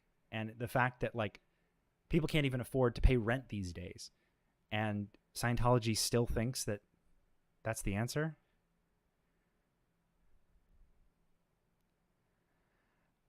Oh, free my, oh, you're actually, ooh, oh, I got you on this one though. I can't afford it. Oh, so we finally know why you mad at your daddy, because he told you he stopped paying for you and your membership. Dr. Berg is a good doctor who helps people and still helped a lot of people. Oh my gosh. You have a terminal mental illness. I'm sorry. We're going to have to cut out your brain. The only thing my parents were interested in paying for was Scientology. Scientology is a human trafficking cult with a high control, self-policing, like, psychotic belief system of ancient alien souls that you telepathically communicate with. What part of this that ruined my life and self-esteem, what part of this would I want to stay involved with? You see, you made the mistake of knowing nothing and coming out trying to talk like you know a single thing. But actually, you now are dumber. We are all dumber collectively for having listened to your question. Thank you for the brain cell death you have invoked upon my chat.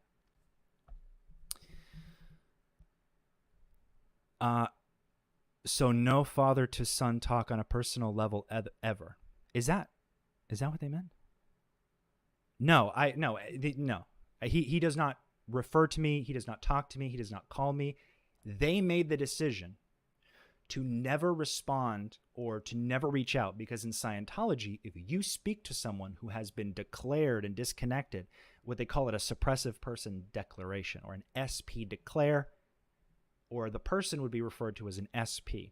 So in Scientology, when someone is found to be an SP, and you can become one very easily just by saying a single critical thing about Scientology,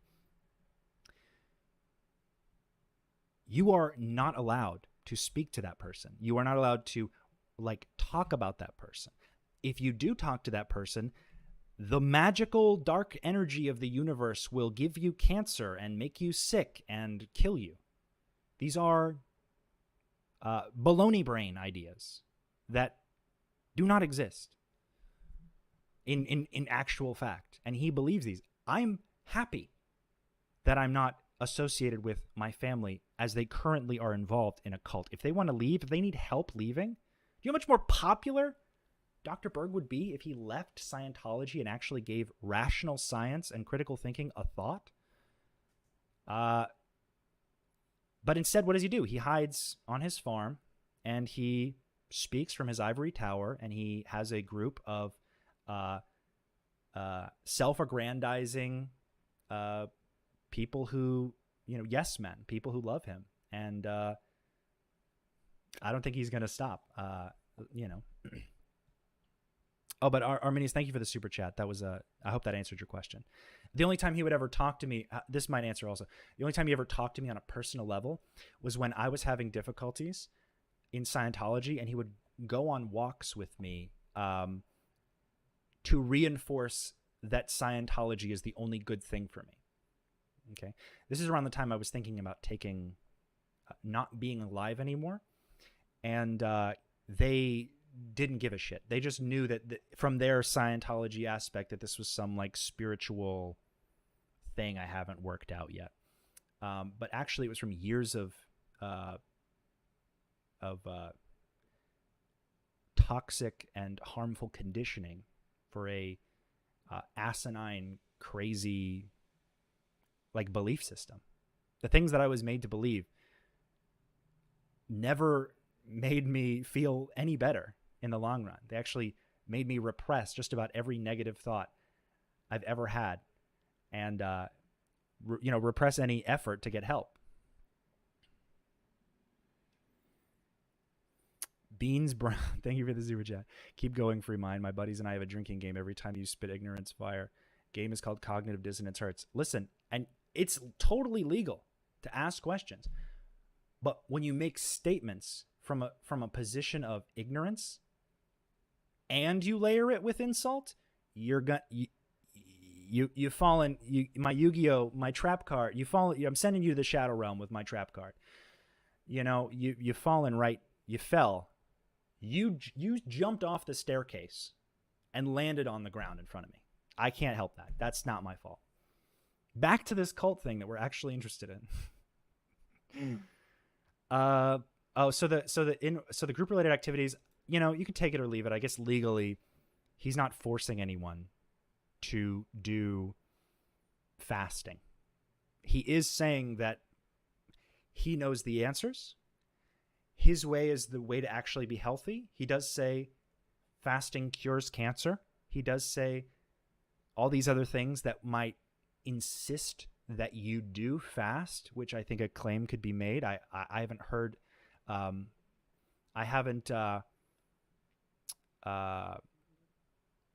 received.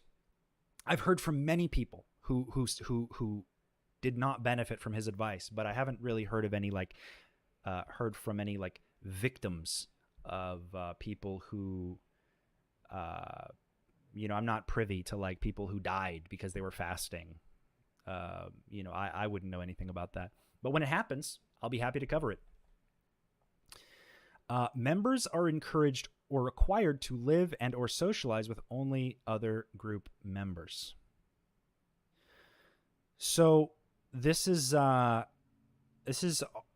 can take it or leave it, really. I mean, again, we know that he doesn't want you to seek outside help. He wants you to be comfortable with the idea that he is the source of all knowledge. And despite the fact that all he does now is make the same video, what's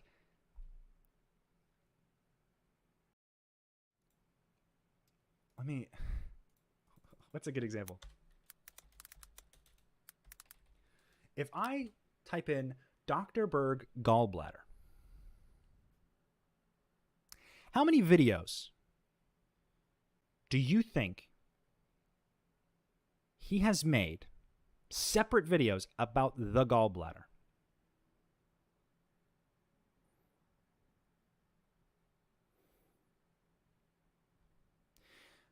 Three, 4. Expecting me to say 10. 1, 2, 3. Now this is an ad for his gallbladder, so let's be fair and call it 9. 1, 2, 3, 4, 5, 6, 7, 8, 9, 10, 11, 12, 13. Food for gallstones. Another food for gallstones video. 14. The vital gallbladder. Gallbladder removal diet and the gallbladder problems. That's 15. 16, 17, 18, 19, 20, 21. How to flush the gallbladder. 22. All right. He probably talks about it in this live show. Oh, that's us. That's when my parents tried to get me to remove some shit from Twitter. Not the gallbladder. That's the liver. So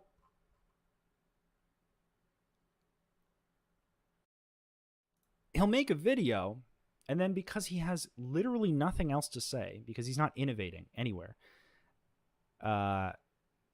which is, I think, what his fans argue the most, is that he's the innovator and that people just don't believe him because they're in league with big medical, which the overarching lack of specificity and generalization of the claim is why I don't take it seriously, because you're saying all medicine is bad, all doctors are wrong, but this guy, everything he says turns to fucking gold, which is unrealistic.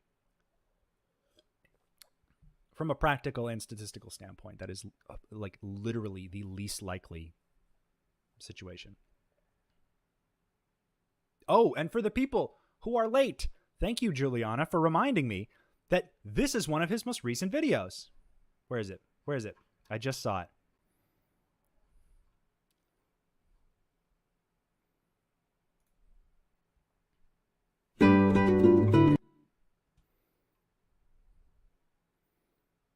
Oh, it was on my Twitter. This is literally a video 3 days ago.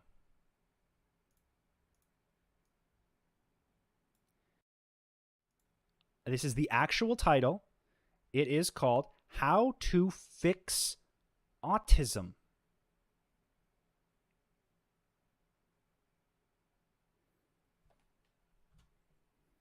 Like, what kind of moron?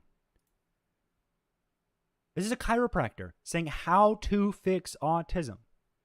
I don't know if that's reportable, but I will be reporting it. Because that's gotta be like a awful claim. That's gotta be like a really rough one. All right?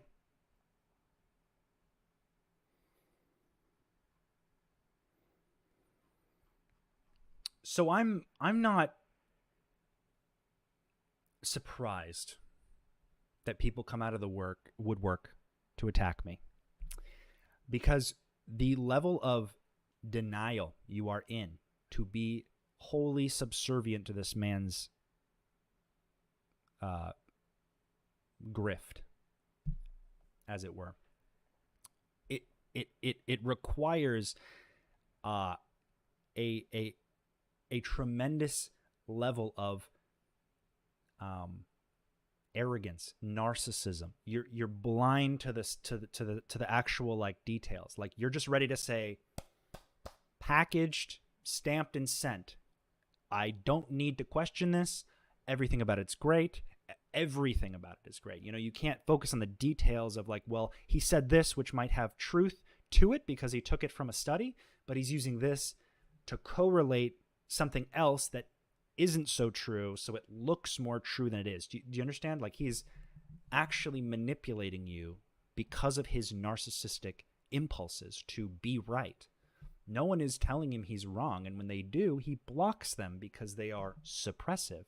This is why I believe he's making a little cult for himself. I don't think it's nearly as dangerous for the world at large, although he is making a lot of false claims.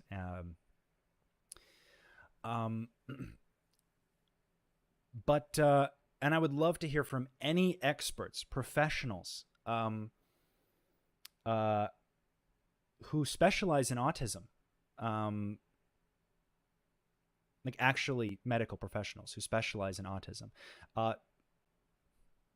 to come aboard, and we'll talk about like why this is problematic. He actually stole in this video.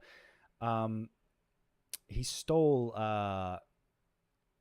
content from a different creator who does like autism research, showing like vitamin deficiencies in some autistic people. For Dr. Berg, correlation definitely equals causation. Like, if he can be like, oh, I see what's going on here. I know what this is. Let me just tell you what that is before doing any research. I commented on this video and I said, go fix an autistic person. Go fix autism and show your work. Like, what, like, you know, like, you are literally insane for posting this. Oh my God. Let me check the chat. Let me catch up with y'all. Let's see what y'all are talking about. I'm staring at it, but I'm like looking at the camera and I'm looking at the other things. I don't have a second screen anymore because that's back there. So my girlfriend can play PlayStation while I play on the computer. So I'm a little distracted.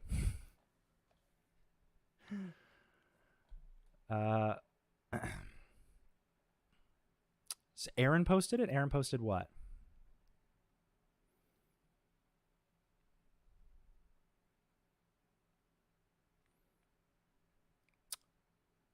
My oldest.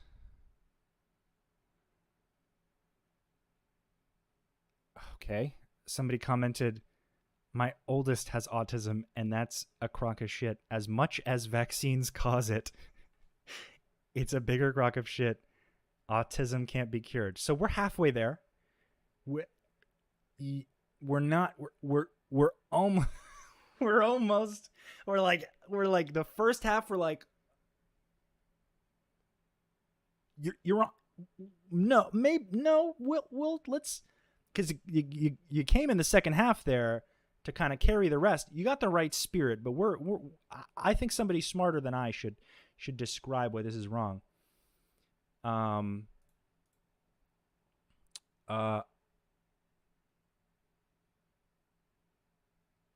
Yeah.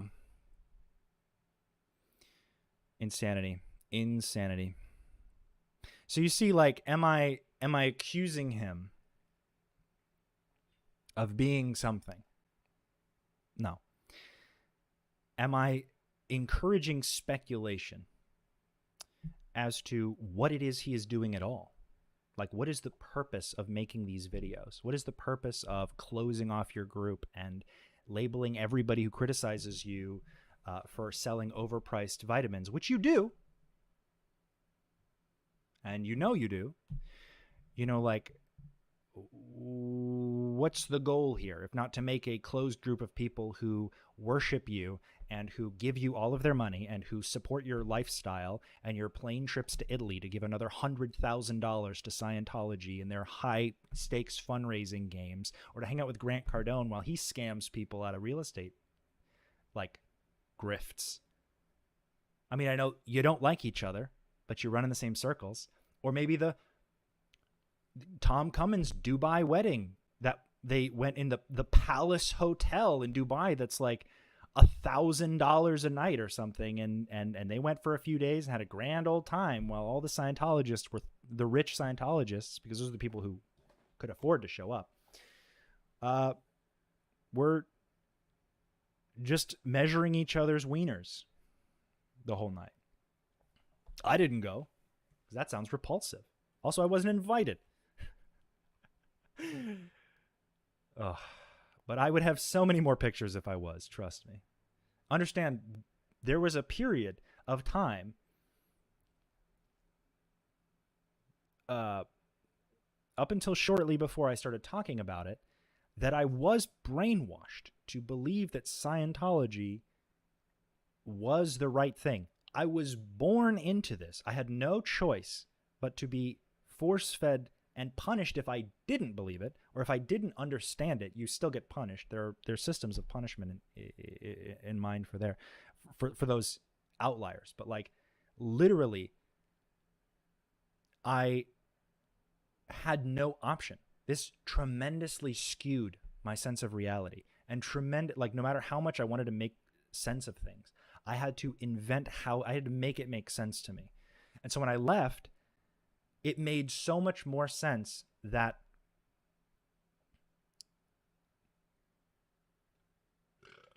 the efforts that were made to keep me in line as a Scientologist were also the reasons that I had the mental illnesses that I have. I mean, you can't just cure mental illness overnight. It's like a long process. I've been going to therapy. I have workbooks, my guy. I'm working on it. I'm figuring it out. It's there are bad days, but there are bad days for everyone, and the bad days are just that. They're bad days. But I feel so much. I do feel better than I used to. I'm like literally the happiest I've ever been in my life. Just my expectation, my bar for happiness has raised because I'm not self-deprecating as much as I was when I was in Scientology.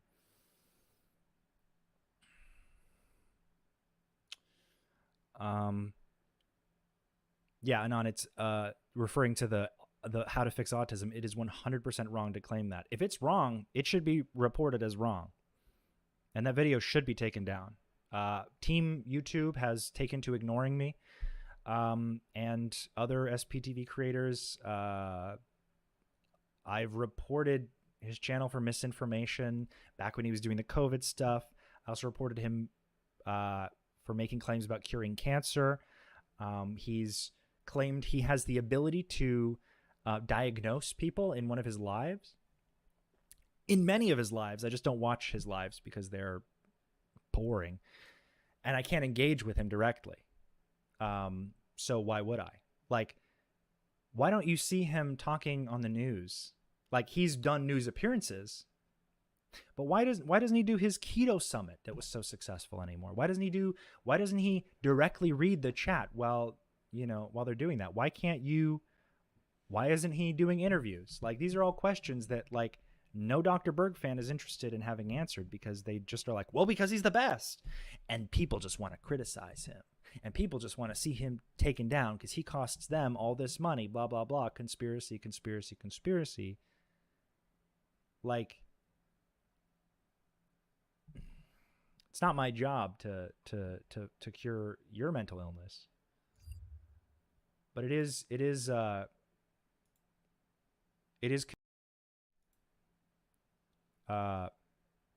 I'll admit it's convenient for my claims that his group that he's created makes him look like a cult leader.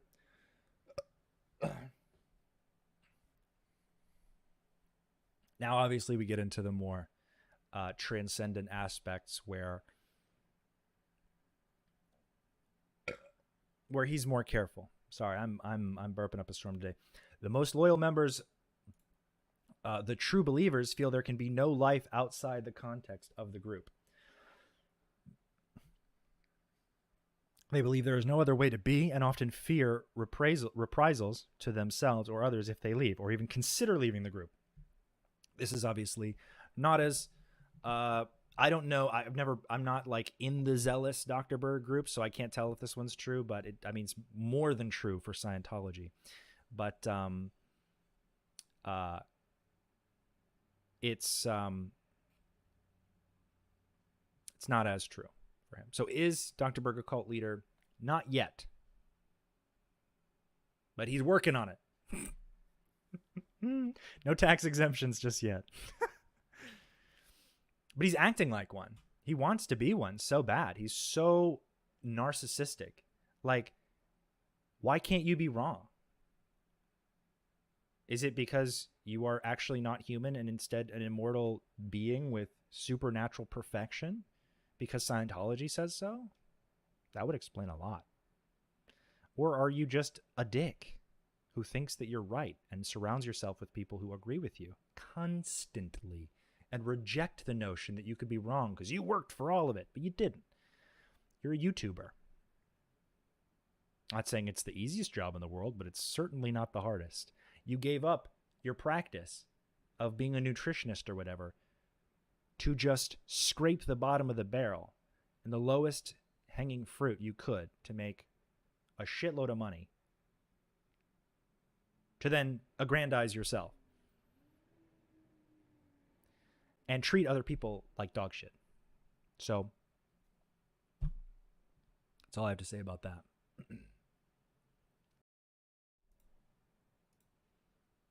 Did I have anything else on him?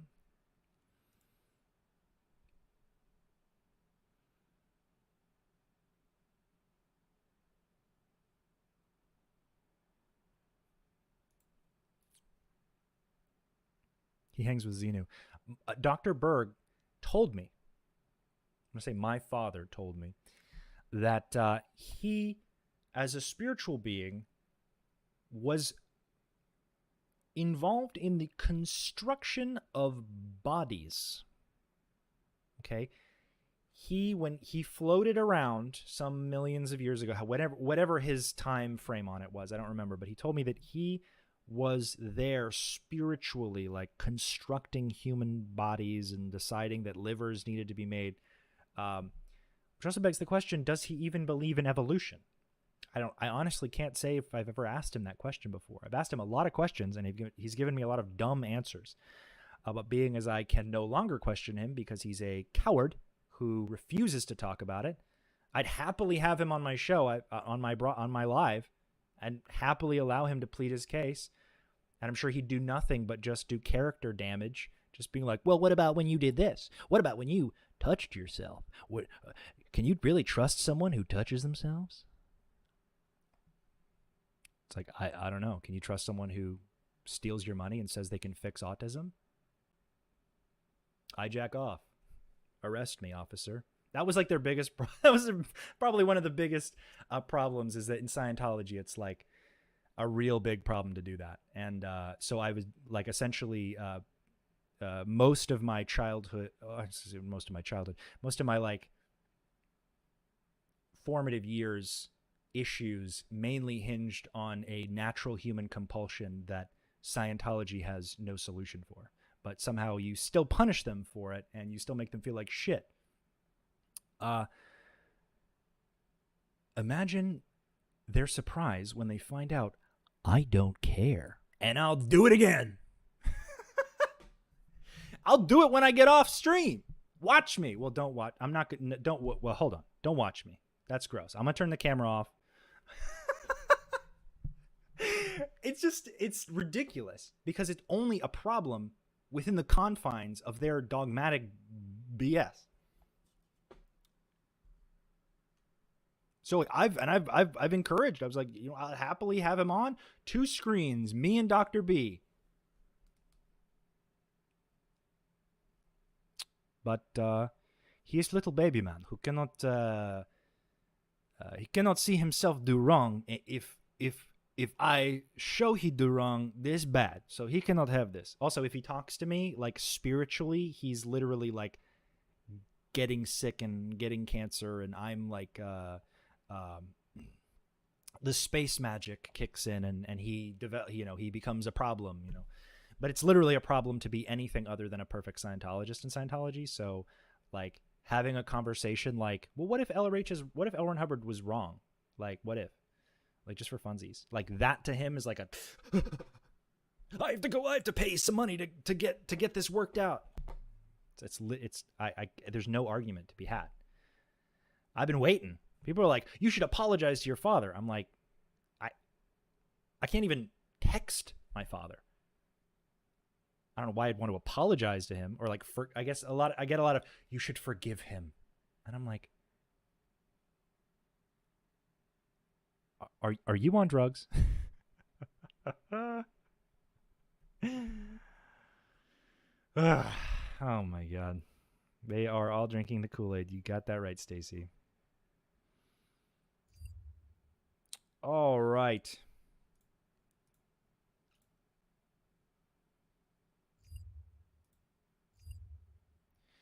We are going to take a quick BRB so I can go to the bathroom. I have different beverages that I've been drinking, so I have to pee really bad. But when we come back, we are going to react to we're going to react to an H3 video of them talking about Ashton Kutcher and Mila Kunis defending Danny Masterson. I'm excited. I haven't seen it yet, but can't wait. All right. Where's the button? All right.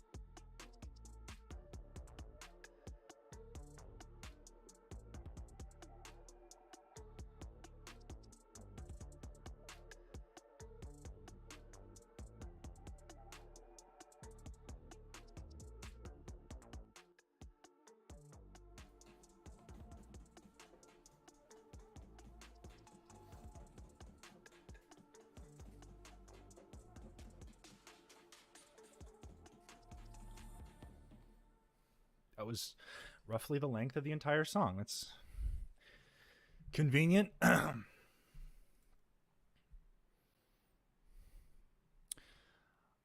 All right. OMG, he said he remembers being the person responsible for designing the human body millions of years ago. That is literally what New Era Dianetics does to people.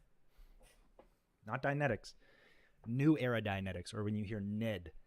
I'm on Ned, or the Ned drug rundown. It's like you have to find past lives is like kind of part of it, and part of that's invention and imagination. All right. Let's frame this up. Let's get it good. We got Ethan there. Man, could you imagine me going on the H3 podcast to talk about Scientology? I know that I've emailed them some information. No responses. I'm sure they're busy. Also, when you start talking about Scientology, you get you have certain reactions, and some people are like, "Oh, it's like saying Voldemort on the internet." It's like it was until until they stopped suing everybody who talked about it, because they feasibly just can't afford to do that. Now they're losing lawsuits. They've famously lost. They've lied and actually, because they can convince Scientologists that they've never lost a lawsuit, when in reality they do all the time. But let's check this out. Let's see where they get. I haven't seen this. I'll be streaming for as long as this is relevant. I have some time. I have to work out at like 6. It's like my cutoff. So we'll see. A lot of depressing stuff, fortunately. Because the next one here I wanted to talk about was the Danny Masterson one. And again, we all know he's guilty. I don't want to talk about that. I did want to talk about Ashton Kutcher and Mila 9/11 their careers, as we said. Right. Which made That's topical, because that was yesterday. The big 911. maybe is a little amusing, just how like out of touch and insane they are. Yeah. Well, I was saying before the show, listen, I think Colleen still got this on lock, but for the Steamies this year, Dude. All aboard! Who's got it on lock? Huh? Who? That Colleen has it on lock, but for I'm despite Mila's like angry face, I'm so surprised that they didn't try to they didn't make it a musical. Honestly, I feel like that's literally oh, got a little phlegm there. It's more surprising they didn't make it a musical, because I feel like you got to do all sorts of shit these days. for the worst apology video category at the Steamies this year, Fuck me, right? I think at least there's a little bit of competition. Ashton, and I don't listen, know. Dan might I be just right. said I think Colleen has it on lock, Wait, you might be right. but We Like- definitely have like another nominee. I right, would say. Ashton saw that and was like, she can't just run away with it. He literally, Got to at least try. they And they did it in like their back. Like there was that one guy who like tweeted, and he's like, "Oh, I've also seen their mansion tour, so I know exactly where they took this." And it was out like against like a wall outside next to their like luxurious mansion pool, which I'm sure that they're very grateful to have because of their wealth and their fame, when literally what they do is a lot of weird stuff coming from Ashton Kutcher. Even his little nonprofit, even his NGO, Thorn, has some issues there. But I only know what I've seen on TikTok the past few days, and there is a lot coming out. Oh, I turned my mic down so there wouldn't be feedback, because I have to listen. I guess let's put the headphones on so we don't have this issue. Let me fix this real quick. So now I can I don't like the feedback issue, so sometimes I mess up the audio settings. I'm known for this. Literally stood in front of, what's that meme where there's like protecting the Sleeping Beauties from, that's them over a twice convicted R-wordist. Yeah. Like why did you do this? So yada yada, everybody knows what happened. He got convicted 30 years. Another religious cover-up. He's a big part of the Church of Scientology, right? Which I'm pretty sure had a large part in enabling him to get away with this for so long. Again, H3, hit my email anytime. I'll fly out. It's 4:20 o'clock as I'm saying this. It is 4:20 o'clock. The memes write themselves. 4:20 o'clock. I'm just Vape Nation. I have a Vape Nation sticker on my laptop.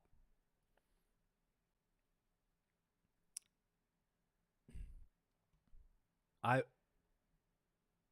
you want to talk about Dr. B, that's fine. You want to talk about Scientology? I will take all the heat. 100% of the heat. I think we can have a grown-up discussion about it. Make some memes, have some laughs. Email's open. Hit my line. But here's where it includes Ashton. We'll just start from there. As you guys know, they're former co-stars of his on the 70s show. And they wrote letters of endorsing his character. His character. What does it matter at this? I also would be remiss if I did not mention that Danny Masterson has been a celebrity since he was a child. He's a child actor, okay? One of his earlier pieces, I don't know his whole filmography because I personally just don't care, was for a Scientology training film called Use of a Doll in Auditing and TRs. This is a film that just literally, like, the message is like, you have to drill the procedures to get it. But, like, it's this fantastical, like, detective thing where, like, they're, like, looking for a doll who's escaped, and there's, like, it's literally mind-boggling that this is used for, like, there's, like, people in bear costumes, like, oh my God, hold on. This fucking freak. God, this guy has nothing to do. Hold on.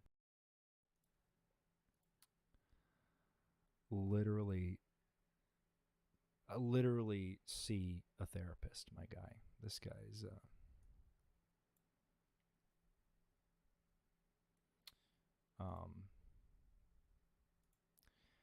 yeah, that guy needs help. All right. What was I saying? Oh, he's in this. They're going to have to remake this video, this training film, Use of a Doll in Auditing and TRs. I am hoping that there is a single person out there still in Scientology who has access to these films and who could leak these films, because that would be content for the next forever. Honestly, I would watch those with y'all start to finish, each and every one. Break down everything about them. I mean, this is just my dream because they are so asinine and dumb. Most of them don't even apply because they, like, do shit in the film, and it's supposed to be like, you can't deviate from what the film says because the films are written by LRH and they're all perfect. But then you watch the films and you're like, this has nothing to do with what I've been studying. So what? It's just a weird, like, it's a weird little symptom, I should say. of like Scientology's devotion is like you have to like hang on the word of LRH for everything, but then like he contradicts himself a lot, so you kind of have to like make exceptions in your head for all the goofy shit that you're like, but I'm not supposed to do this in the film. This looks like ass. So they'll be refilming this Use of a Doll film, but I mean, unless Scientology loses its tax exemption and can't afford it before that, they might already be doing it now. But I do remember watching it and being like, oh my God, that is literally Danny Masterson as a child. That is crazy. Because I used to watch that 70s show before I even knew Danny Masterson was a Scientologist. And I was in the damn thing. He's already guilty. It doesn't matter that he was nice to you or that he was a confidant. He was proven in court that he's a freaking twice R-wordist, bro. You got to put, you know what I mean? Like, yeah, friendship over. Right. Yeah. So this is a common thing in big sentencings like this, where the defense afterwards will try and submit letters of character to basically ask for leniency in the sentencing.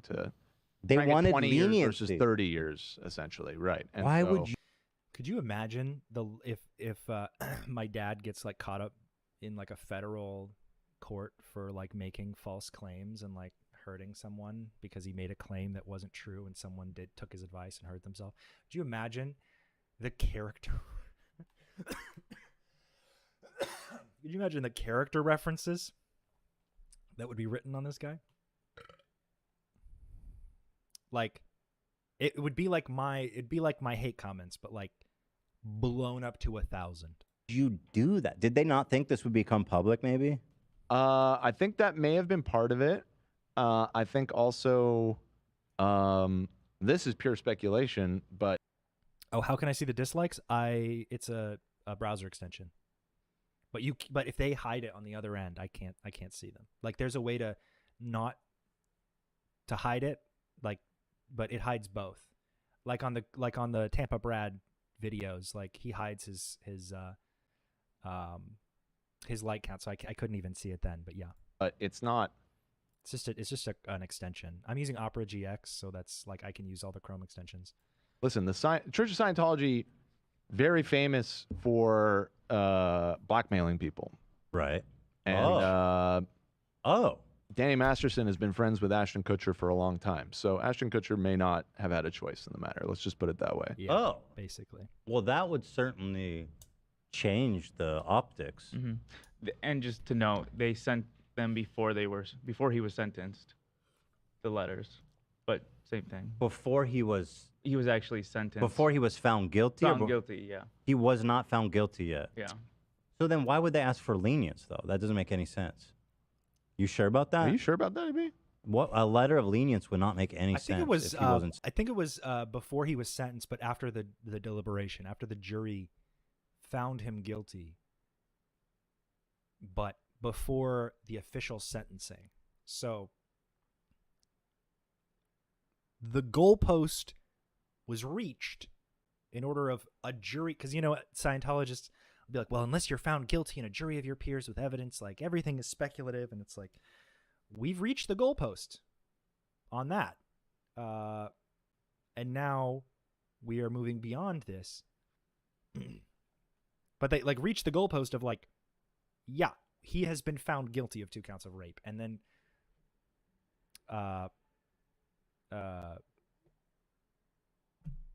Ashton's like, I got this. Let me talk to the judge. I got this. I gotta see those other ones. If I really hope we're able to see every single character reference. Kurtwood Smith, are you kidding me? Used to love that guy. If he wasn't found guilty already. Yeah. Entertainment Weekly says why they wrote the letter supporting Danny before our Carpe Modium. Yeah, after he was found guilty, where Danny was asking for his 2 sentences to be run concurrently, so he'd only have to do 15 years before possible parole, which is disgusting. But he's a dad though, so like our wording 2, maybe 3 women. What is that? Because he's a father. Is literally like I tweeted it. It's like, oh, he only treats people with dignity, respect, and appreciation for them. And I'm like, maybe except for the 2 women that he forced to have sex. That we've proven that he was that the jury found. They couldn't even decide. It wasn't that they found the 3rd Jane Doe. That it didn't happen. They just didn't reach a conclusion. Right? It was just unsure on the jury's point. I believe we're not even close to the number of people he actually did this to. Okay, I personally believe that there are a handful of people who are perhaps far too afraid to come out. Maybe they're still in Scientology. Maybe they're connected to people in Scientology. Maybe they've just been, they were contacted first by Scientology because they already had all that information, and they obstructed it by forcing these women to stay silent. That's my personal prediction. But, come on, dog. And there was that Orange is the New Black lady who's like, Danny made a mistake. He's my friend. I love this guy. Why are we hating on him? He made a mistake. He made a couple of mistakes. When you mistakenly force a woman to have sex with you at gunpoint, I've never made that mistake. Have you? Sounds like a pretty hard mistake to make. Sentencing. Before sentence. Oh, Juliana says there were at least 5 that actually testified in court in both trials. I can only imagine how many others there are. Exactly. They Not were before found that. guilty already. Well, that's what he said. I think we were just a little. No, confused. I said, were they found guilty? You said no. Okay, it's my mistake. It's a big difference. Carpe, that's fair.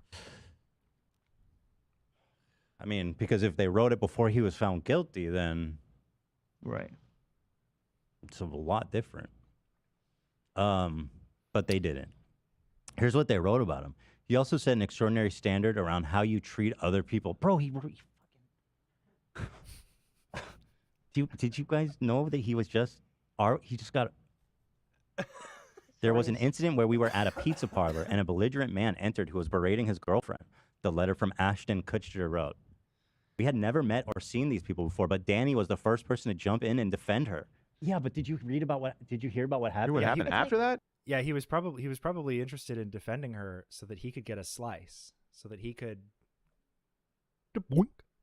put something in her drink. And do we not question his motives for protecting this girl when he is a little too possessive over women?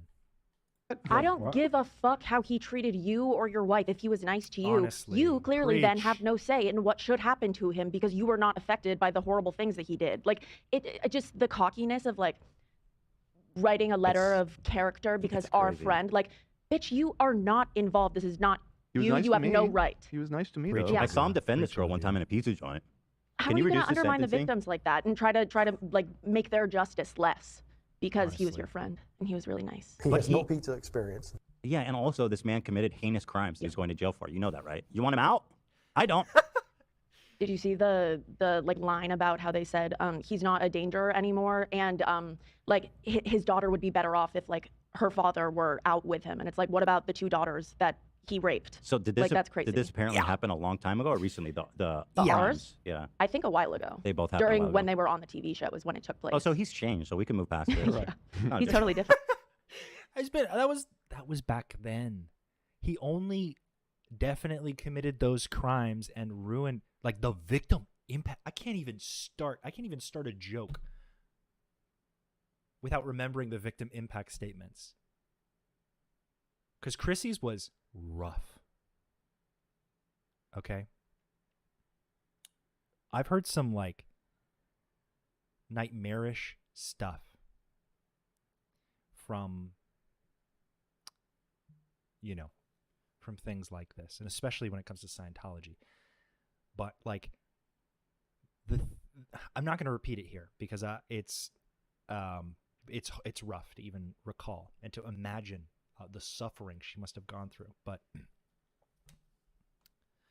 But Ashton, but he's a dad though. Is essentially he really tried to. What was it? Keke Palmer's husband. He said, "But you a mom though, like." It's the prison time for me. You a dad though, like, it's the same. It's literally sounds exactly the same to me. Did you say there's an email I could reach you at? I can't find it. Yes, that is Rafalco contact, RAFALKO contact at gmail.com.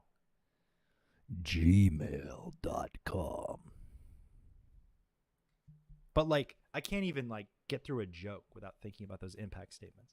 So like, Ashton, like the gall they had to have to put their names and reputations on a piece of paper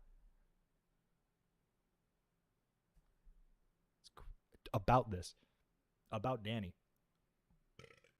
It's insane. I'm sure the like girls that have moved anymore. on. Yeah, no, You this know. story's just so.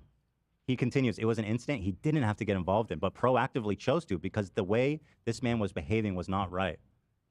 Right, but right, okay. He has always treated people with decency, equality, and generosity. Well, not always. That was my tweet. Was that like there was this, but then it was like, but what about that one time? You have two instances. Right. He continued, while I'm aware that the judgment has been cast as guilty on 2 counts of R-word by force, and the victims have a great desire for justice, I hope that my statements to his testament to his character is taken into consideration. That's crazy. Dude. Yeah. What the fuck? He goes, while I acknowledge he's a horrible person and is great, and the victims want justice, I'm willing to stand in the way of that because he was nice to me. Yeah. This seems so fucking stupid that I. I'm like self-serving. Like I feel like Danny knows shit. He has stuff on Ashton.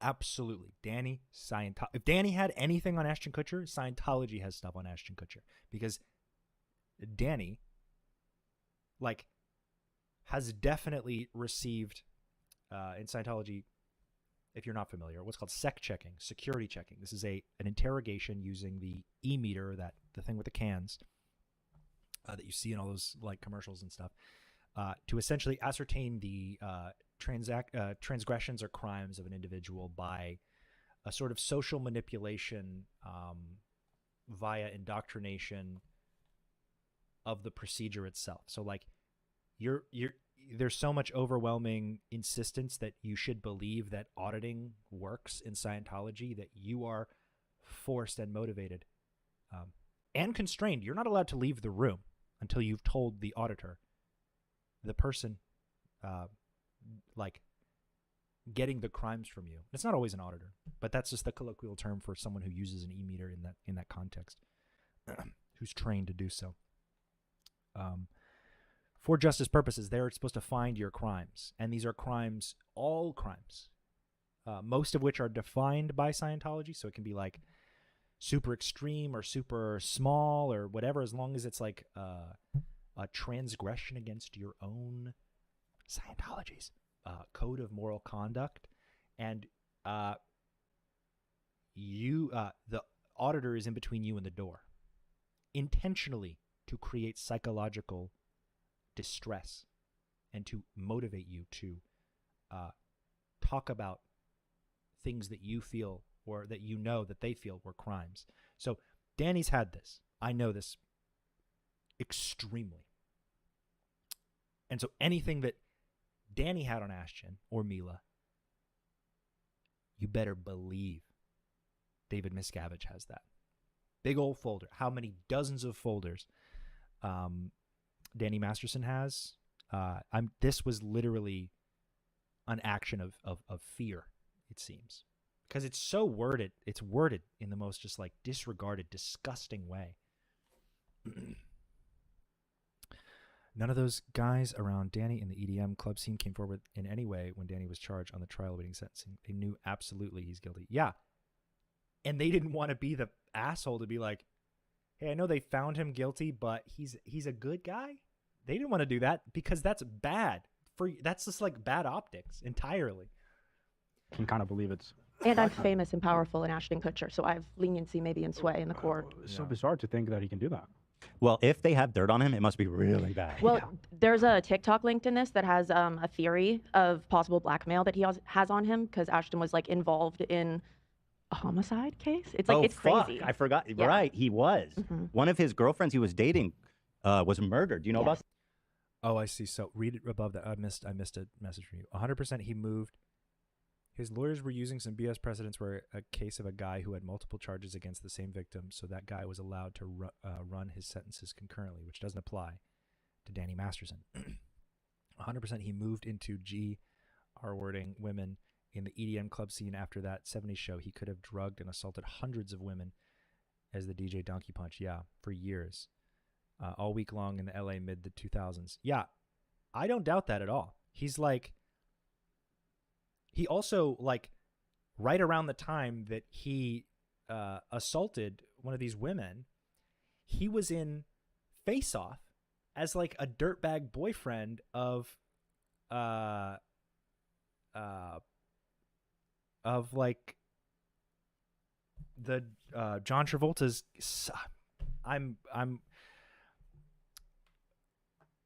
I'm going to hell for not remembering the names of this movie, of the people in this movie, because I've seen it so many times. But he played the dirtbag kid who was trying to assault this guy's daughter around the time that he was actually doing that, which just puts so much shit into perspective. Dreamcatcher, you should turn up your volume a little bit, just a tiny bit. Turn up your volume just a little, just increase the volume a little bit. that? And he was the last person to see her. Well, he found her body. No, that's the theory. Oh, he His saw the body and then his left. fingerprints were on the doorknob, and so he went to the police after his. We'll watch the TikTok when we get. We to have it. more. He says, he continues, I do I've not seen believe that he's an TikTok. ongoing harm to society, and having his daughter raised without a present father would be a tertiary injustice of itself. Fuck this, dude. Thank you for taking the time to read this. That's crazy, man. That's nuts. It's stunning. Well, is there any evidence at all? I mean, this is all just guessing, right? With the blackmail, other than No, it's all conspiracy. Because, yeah, I mean, the non-conspiracy brain theory is that they've been best friends for 25 Yeah. years, Right. and he's standing up for his friend. I just don't want to Simple as get. I don't want to be careful not to give him too much of the benefit of the doubt. Although you don't, because if he was coerced, that means he probably murdered someone. No, I'm riding on their assholes, and I hate them. It's an interesting TikTok, however. Well, because and then the weird part is Ashton's whole adult passion has been helping kids from being sex trafficked. Yeah, He's been like a huge. which is crazy, because what's her name? That's so convenient that all these people who are involved in groups who traffic people are also like fighting trafficking. Like, what's her name? Marisol Nichols, I think is her name, from Riverdale, has like a human trafficking organization group that she advertised with Manuel Suarez. Both of these people are Scientologists. And in Scientology, trafficking is like kind of how you get work out of members. So they do it constantly. I was trafficked as a child to do labor for Scientology in exchange for my my good standing nature to be upheld. It's like they're throwing stones from a glass mansion, and there are many cracks in this mansion. But I'm not holding out I'm not holding my breath that they're going to get any better anytime soon, or even talk about it, because they're all cowards, most of them. Proponent of ending that. So if anyone should understand the consequence of sex crimes, it should definitely be him, right? Well, he has a charity about helping like sex trafficking victims too. Yeah, it's Thorn his or whole. I something? mean, he's all been all about it. Which is funny. There is a guy on the. It came out that there's a guy on the board of Thorn, who was like accused of depriving his girlfriend of food and repeatedly R-wording her. So I'm just going to go out on a limb and say maybe Ashton does not have a good taste in friends. Carpe, on top of Steve, I'm sure Steve Aoki knew. What Steve Aoki knows is above me, is beyond me. I don't know too much about that. On top of that, Hollywood knew he was a fuckboy. Danny made a cameo appearance as himself on HBO's Entourage, the episode at the Playboy Mansion where he's running and hiding from Miss November. Probably because she wanted to know what was in her drink. This is what Mila said. Part of Mila's letter said, Danny has consistently displayed a profound sense of responsibility and care for those around him. What are you writing? Yeah. Pretty sure Scientology He demonstrated grace and empathy. Like in every situation. Like a rep from Scientology Legal definitely like got them to talk about it, and then they worded it. Like Ashton, I don't think this was written by Ashton Kutcher. I think he wrote a bunch of stuff, or he said a bunch of stuff, and then somebody took all that information and then put it onto this abysmal letter. Except to, be it within the entertainment industry or our personal lives, his steady support and understanding presence makes him a reliable source of guidance and comfort to all of us. I wholeheartedly vouch for Danny Masterson's exceptional character and the tremendous positive influence he's had on me and the people around him. Insane. His dedication to leaving a drug-free, not a rape-free life. Those are like such hurtful words. His dedication to leading a drug-free life and the genuine care he extends to others make him an outstanding role model and friend. What? Role model. They had to all run over someone. Insane. Or something. It has to, right? Because this is too insane, right? Yeah. They definitely killed someone, in my opinion. In my opinion. Reportedly, based on nothing. Reportedly, over 50 people, including Ashton and Mila, provided a statement. Deborah Rupp? Who the fuck's that? Deborah Joe Rupp? Oh, they're the parents in that 70s show. Oh, right. Those are the parents. They both get letters too. Kurtwood Smith? Why? Yeah, that one hurts. Kurtwood Smith is a legend. Maybe they're just old. Yeah. Yeah, they're like boomers. I think they probably also suck. They've got to be really old now. Like, how old are these people? They're pretty up there, but what you're saying, they're like, someone like have dementia and they don't realize. No, someone could be like, hey, can you write this letter about? No, they know. He's 80. No, he's not that old. I don't think none of these people wrote them. I think it's like lawyer draft them and then, hey, do you want to sign this? No, but they have to approve it. They that's true. gave personal stories. Yeah. I literally cannot believe that they were self-righteous enough to think that they could stand in the way of someone else's honestly justice. Kurtwood Smith is 80 years old. Why would you want? Man, he intensely.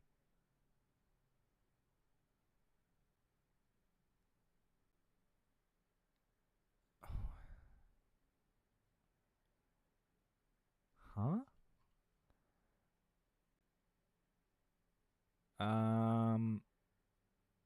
I don't think you posted that, big dog. Read the full comment. Yeah, that comment didn't fly. You didn't post that one, or I can't see it at least. Danny is literally on Steve Aoki's Netflix doc. I'll sleep when I'm dead. Yeah, I don't know. More should come out about it. To defend. Also, like, Kurtwood literally became his character in RoboCop, which breaks my heart a little bit because, RoboCop 2. RoboCop is one of my favorite movies. So it's a little rough. I think that was the first RoboCop. It was Jones. Ted Jones. Yeah, that was the first RoboCop. Hag. I can tell you, Your Honor, R. Kelly was a tremendous friend of mine. We used to have the best parties at his house, Your Honor, and he was super generous with drugs and alcohol, and we just had a really good time together. Can you be lenient? That's nuts.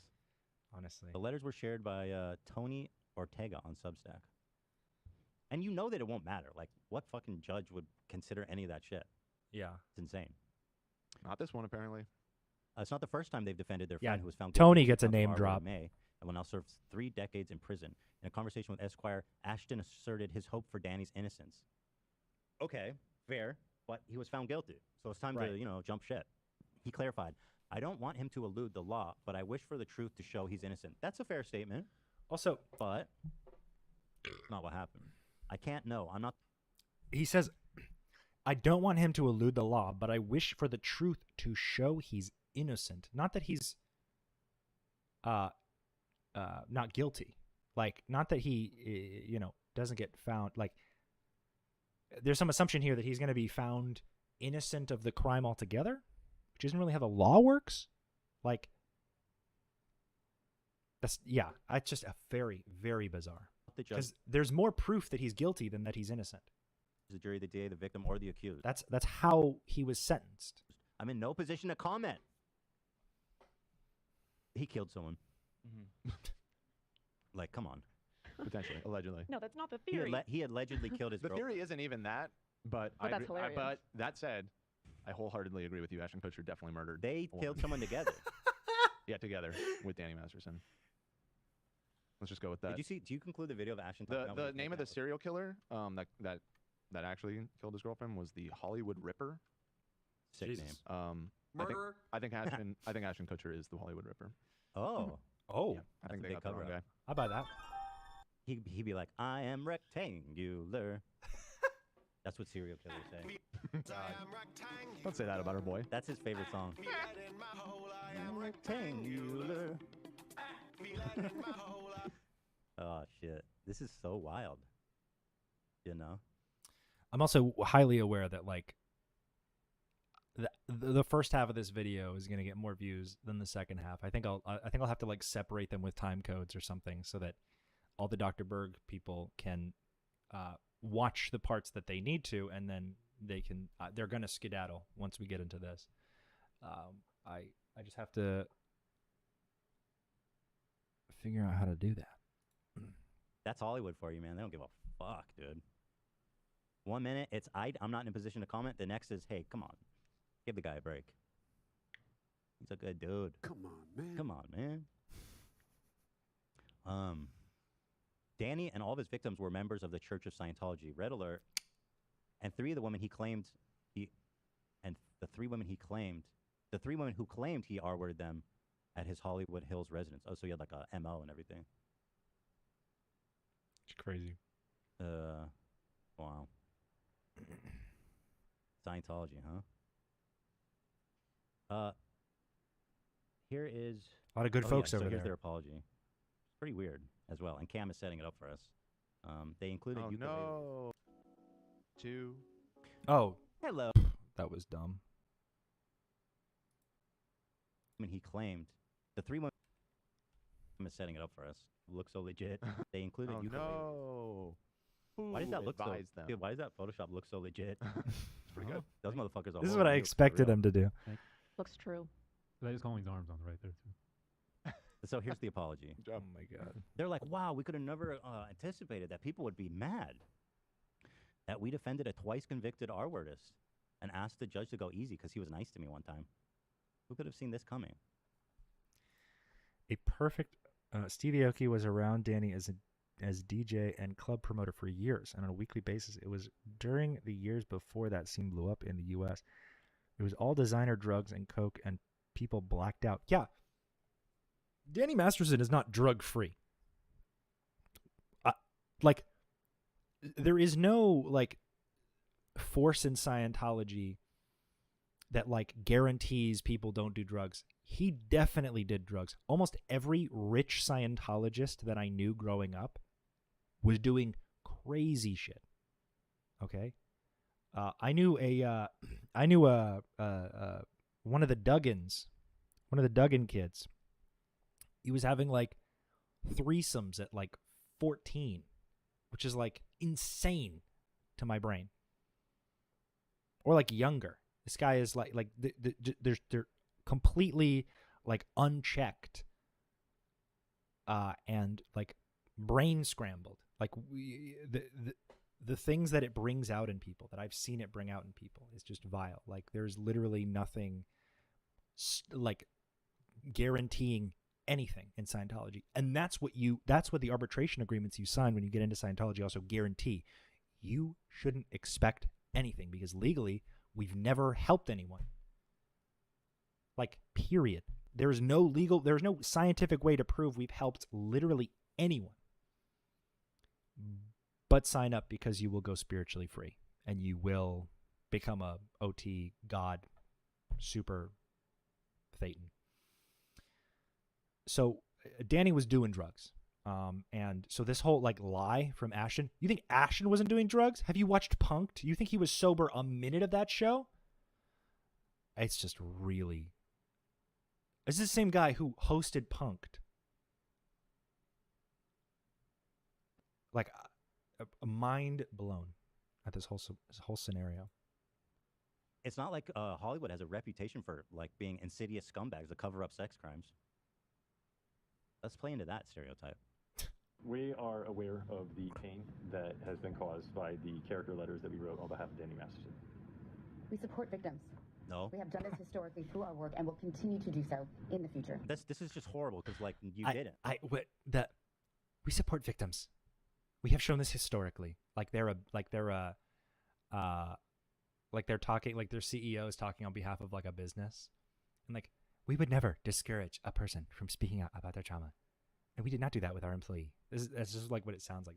Like these two actors are even worse at pretending that they're not pissed that they were woken up by their lawyer to make this video,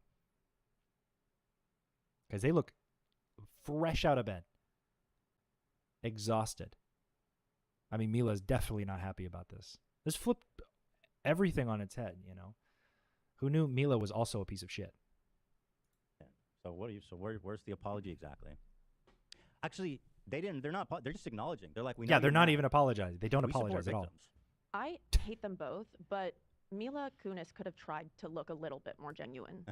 She's Like- an actor, damn it. Are you kidding me right now? You That's look what I'm so saying. bitter and like you're being forced to do this. And we support victims. We always have. Bitch. No, you just didn't. Yeah, you- So explain to me. Except twice. Yeah, what the fuck? You always have except twice. We have done this historically through our work and If I ever do an apology video, I'm not holding a ukulele. I'm holding a polypropylene training sword. And I don't think I'll ever do an apology video. First step is to don't do things. Don't have stuff in your life that would warrant an apology video if people came out and talked about it. That's step one. Step two,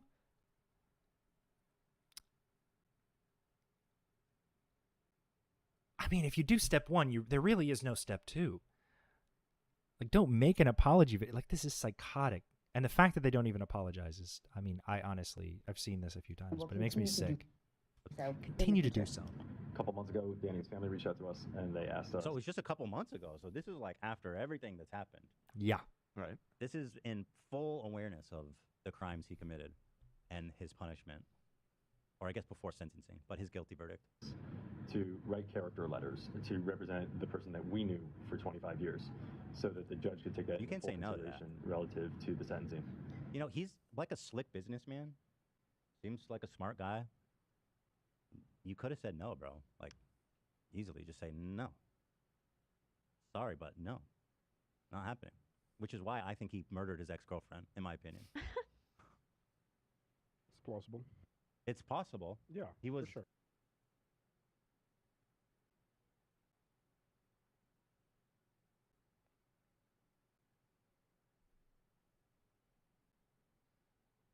I'm sorry. Rob, I'm reading your email. I'm gonna be real with you, dog.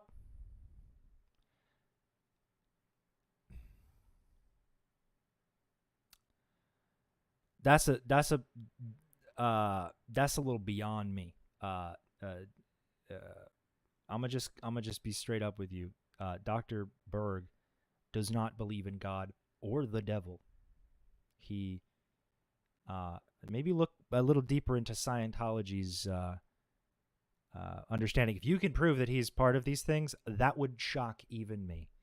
But Freemasonry and Luciferianism are not directly interests of his because he does not care about God or religion. Scientology is not a a faith-based religion. I mean, it is because you have to have faith that L. Ron Hubbard did everything, but there's no connection to like if he hears L. Ron Hubbard say, "I am like the Antichrist," he is taking it literally like that. I am like the Antichrist. He's not actually Scientology doesn't even believe Jesus existed. If you look into like the upper OT levels, so like. I'm going to be real with you. I'm going to be because you were very respectful in your email. Appreciate you, dog. You think a little too highly of his personal beliefs. It's all about him. It is literally, he doesn't do blood sacrifices. It's all about him. He ain't doing the adrenochrome. That's why he has keto, you know. My mom was, they're both very heavily, or they used to be very heavily involved in like QAnon, and they were, both of my parents, both Dr. Berg and Karen Berg, were at the January 6th insurrection, okay? So they are extremists politically. My father used to attempt to indoctrinate me on how much better my life would be if I embraced fascism. And he sent me videos about people born like 90 years ago talking about how race mixing is bad because it insults the human spirit and it degrades, like it's bananas crazy and horribly offensive and wholly absorbed. They are extremist ideologically, but I do not believe that they it's not how Scientology works. People like to correlate like Satanism and Scientology, but like whatever part of Satanism or Lucifer, whatever old shit you like L. Ron Hubbard translated to Scientology, he changed the language entirely. So there is no belief that there is a God. There is no belief. He believes he is a God, if that makes sense. If that's Satanism to you, good on you. But that one, that's a big one. I'm not going to make any claims like that because that's a little goofy. But I appreciate your respectful asking of the questions. Don't really know where to bridge off of that.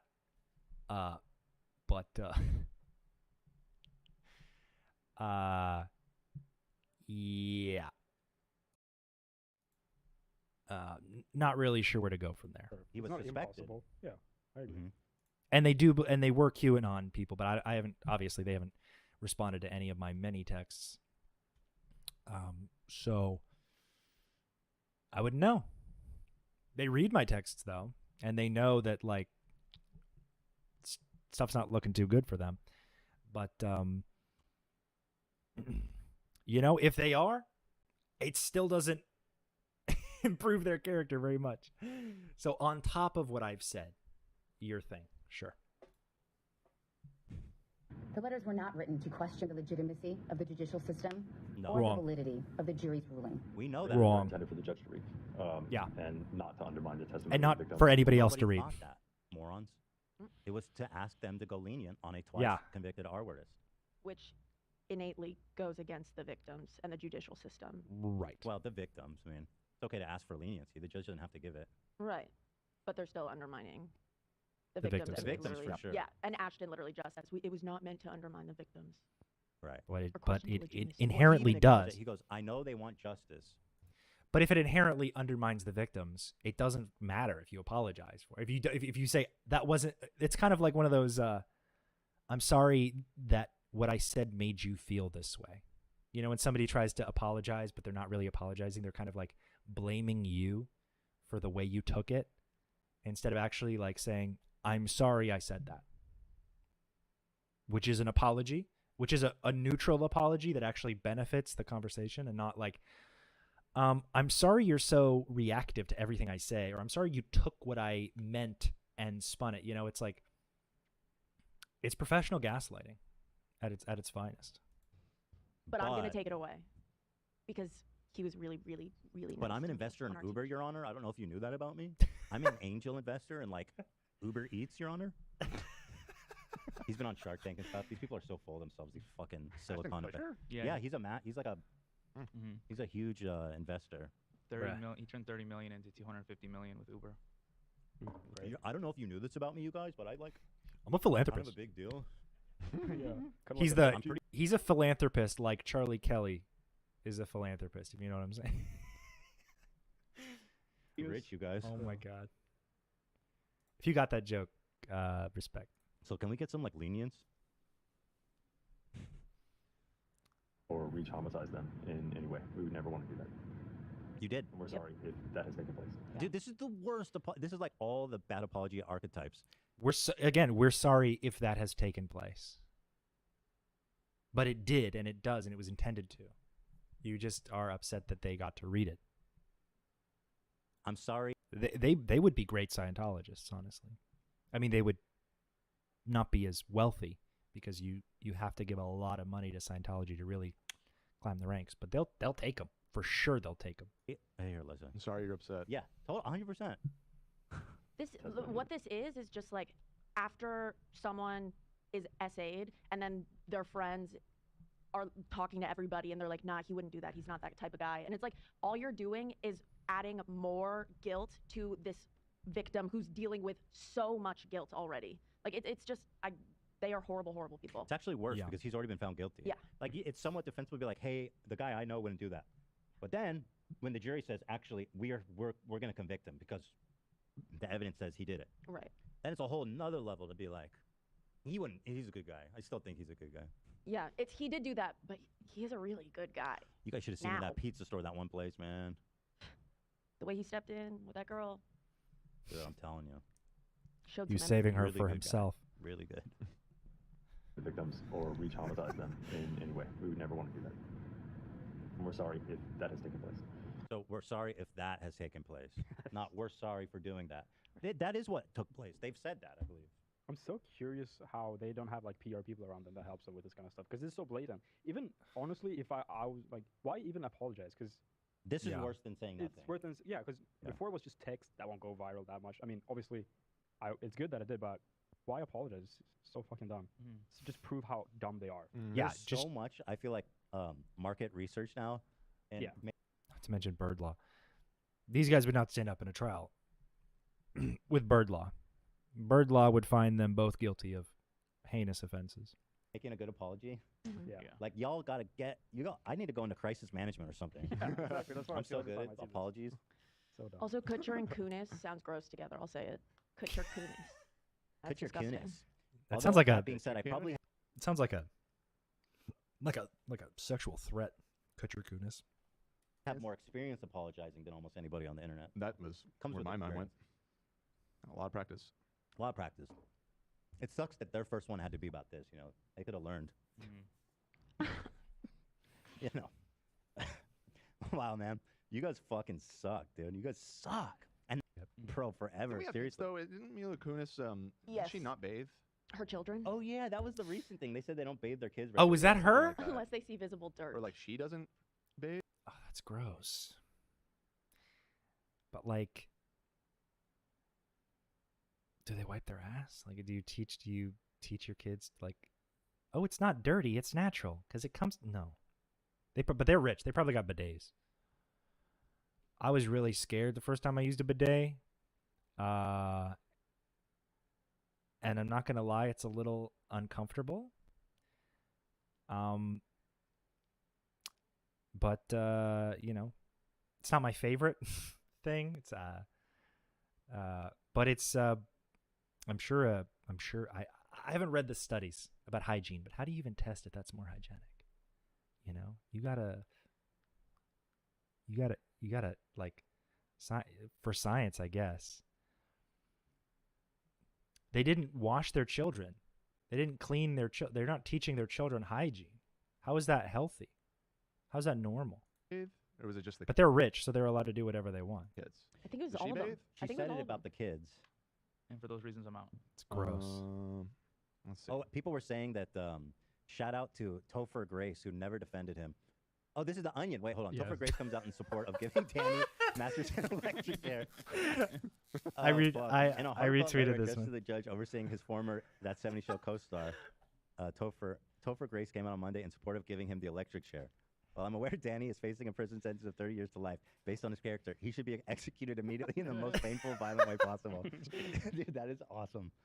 Man, the Onion Holy shit. sometimes they hit. So They good. hit pretty hard sometimes. Bruh. Holy shit.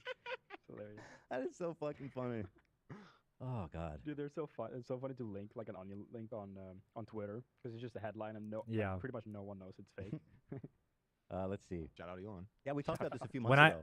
when I was in DC, every Thursday, the Onion is they print a paper, and it's free. But because it's free, and it's the Onion, I was never able to get one ever. I have literally no idea. Like once maybe I found one, but like they were always out. Like the second they came in. But yeah, they bang on all cylinders, which is why I follow them on Twitter. Ashton Kutcher, Mila Kunis only bathe their kids when they're visibly dirty. That's such a crazy headline. Do you know how dirty kids need to be visibly dirty? Just like covered in filth. Like, I appreciate you responding to my email, Ian. To be honest, my respect for you increased a lot more because at least you answered the questions with in an intelligent manner. Yeah, I mean, I don't reactionarily respond to every question, whether or not I find it credible or whatever. Unless it's like obviously insulting, and you can like, because there's like a level of transparency in speech and in intent, and you can kind of read it sometimes. But like, it was not obvious of any ill will, and so I just answered it the way I feel like it could have been answered. Like, people definitely answer or ask really dumb questions, and they're meant to be insulting, but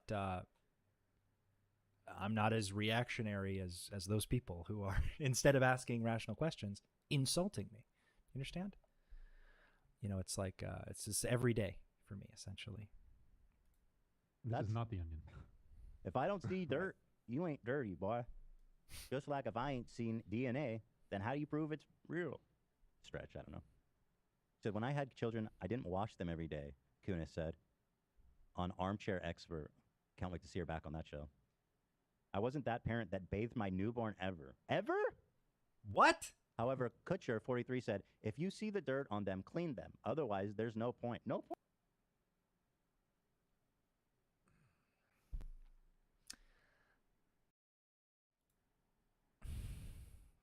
That doesn't make me feel good. I don't like that. Like I just feel like they smell bad. Like, I feel like their house would be like musty. Like, these are incredibly detached, like so poorly adjusted. Like, this is what I'm saying. Like, you can smile when a camera's in your face. It's the same thing Dr. B does, but like, you gotta, if something's not right behind the eyes, you know. Point. And yeah, they had to make an apology. Oh, Kirsty, can you discuss what you think, Dr. Go start the video over. Start the live over, and the first half of this live is me talking about that. So I've already discussed that. Apology for this. They go, no, we wash our kids. They walked it back. No point. You like being clean, don't you? But you don't show up to an investment meeting with dirt on your face, smelling like shit. Oh God. Yes, here's the Elena. worst. I am didn't his have son. hot water growing up, I'm his youngest son. so I didn't shower much anyway. Kunis said, who spent her first 7 years in life in Western Ukraine. I love that attitude. I didn't grow up with hot water, so these kids don't need it. It's funny. It's awesome. Kutcher, who was raised in Iowa, has no excuse. Nothing. Bar of Lever 2000 that delivers every time. So you're Everyone knows I don't shower. So he Salt's doesn't out. wash his armpits in your crotch. Like, I was thinking at first, it's Didn't like, say okay, it. well, like, You didn't say it. I was thinking at first, it's like, okay, if you're not going to like your armpits and your crotch, yeah, that's probably like the most stank, right? So like, at least you are taking care of. Does asshole count as crotch, perhaps? Because it's all Right. there. I guess. It's we my could give him question. The benefit of the doubt, but also we're without evidence implying that he's a murderer. So No, we're not no, really not feeling well, that charitable towards him. There's right now. some evidence, actually. That's not. There is some evidence he's a murderer. There's there right. is. There's more Actually. evidence that he's a murderer than there is that he isn't. We're more sure that he killed somebody than Yeah. he washes his asshole. That is Bruh. true. Right? Yeah, but That's there is more true. Evidence of that It's- than Oh. his asshole getting. Like, you know the cliche of like dudes who like just do like their pits and their privates, and then they wrap up the shower.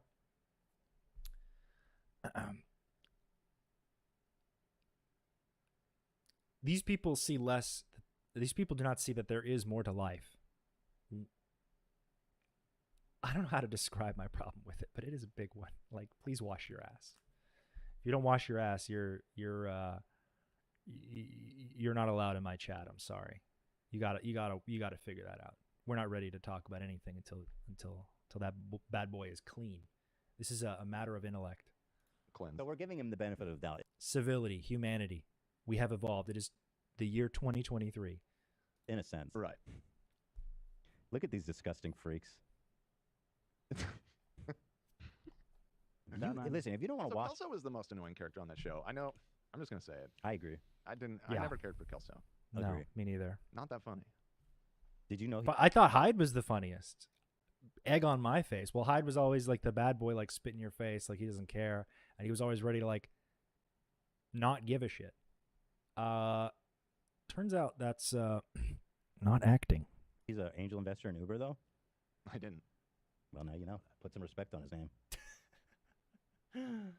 Here's my homie. He just got finished raping someone. He's a good guy, though. Bruh. I'm going to write a letter in defense of him in 20 years and ruin my career. That's you, idiot. That's what you sound like right now, moron. Let's see what else we got. It's reported that, yada yada, Danny's ex-girlfriend posted on her Instagram stories. Whoa, his ex. Now, is this one of the victims or just an ex? Yes. Okay. Yes. It's one of his victims, but I not don't know why I'm saying it like they can hear me. This is definitely one pre-recorded. of the victims which verdict was guilty. So there were 3 accusers. This is one of his exes that she did go to court, but it was not charged. He was not charged on for this it. charge. Yes. Okay. Wow. So he has even more accusers than these two. Yeah, they were only able to prove 2. Because they literally said, listen, if yeah, shout out to Chrissy Bixler. She's a real one. I really hope she gets all the help she needs. I hope that she can find peace. And that's it. I wish her the best. I mean, we both come from similar, different leaves of the same tree, so I hope that she is able to heal further from this. If we offended the accusers, we're sorry. Not if. Yeah. You did. Just say it. Dear Ashton. Oh, fuck. This is nuts. Also, victims everywhere. Literally, they're horrible people. This feeds into the murder theory. Listen to what she said. Dear Ashton, I know the secrets your quote role model keeps for you. Ones that would end you. Did you forget I was there? You were on speakerphone the night you called Danny on February. She remembers the date? February 21st. Well, That's the day the girl? Yes. Oh, no. So there is a reason for this theory. But, well, And no. this is a big The theory reason. is not that you'll watch the TikTok and then we'll talk about it. I heard everything. I heard the plan. In my opinion, you're just as sick as your quote mentor. What? Wait, okay. If I'm the police, I'm gonna go and ask her. Again, to clarify, I'm leaning into the meme that Ashton Kutcher is a murderer. That isn't actually the theory. The theory is that he saw the body and didn't report it. The theory is that he walked in, saw the body, went to his car, and started calling people from his team for about an hour, including Masterson, including Danny, to ask, what should I do? Holy crap, bro. Just found my girlfriend dead on the floor. How do I make sure this doesn't look like I just killed her? Which is not the I would have called the police, like, right away. Just me, if my girlfriend was on the floor, I would be flipping out. Because I do not want my girlfriend to be dead on the floor. So logically, I want her alive. I call police, call ambulance. I mean, in his case, Ashton's girlfriend was stabbed like 40 times. And it's horrible what happened to that woman. But yeah, if you see this and you didn't do it, call the police. Get, show that you actually give a shit about this person that you're dating. Like, how disaffected do you have to be to find your girlfriend dead and worry about yourself as the first thing you do? Oh, wow, is this going to make me look like real bad? How do I stop this? You know what I mean? It's disgusting. It's sick. And I've tweeted at Ashton 3 times. He doesn't use Twitter. He's too big for Twitter. But I just tweeted on him to show him that I think he's a gross piece of shit. I don't know what I would have done.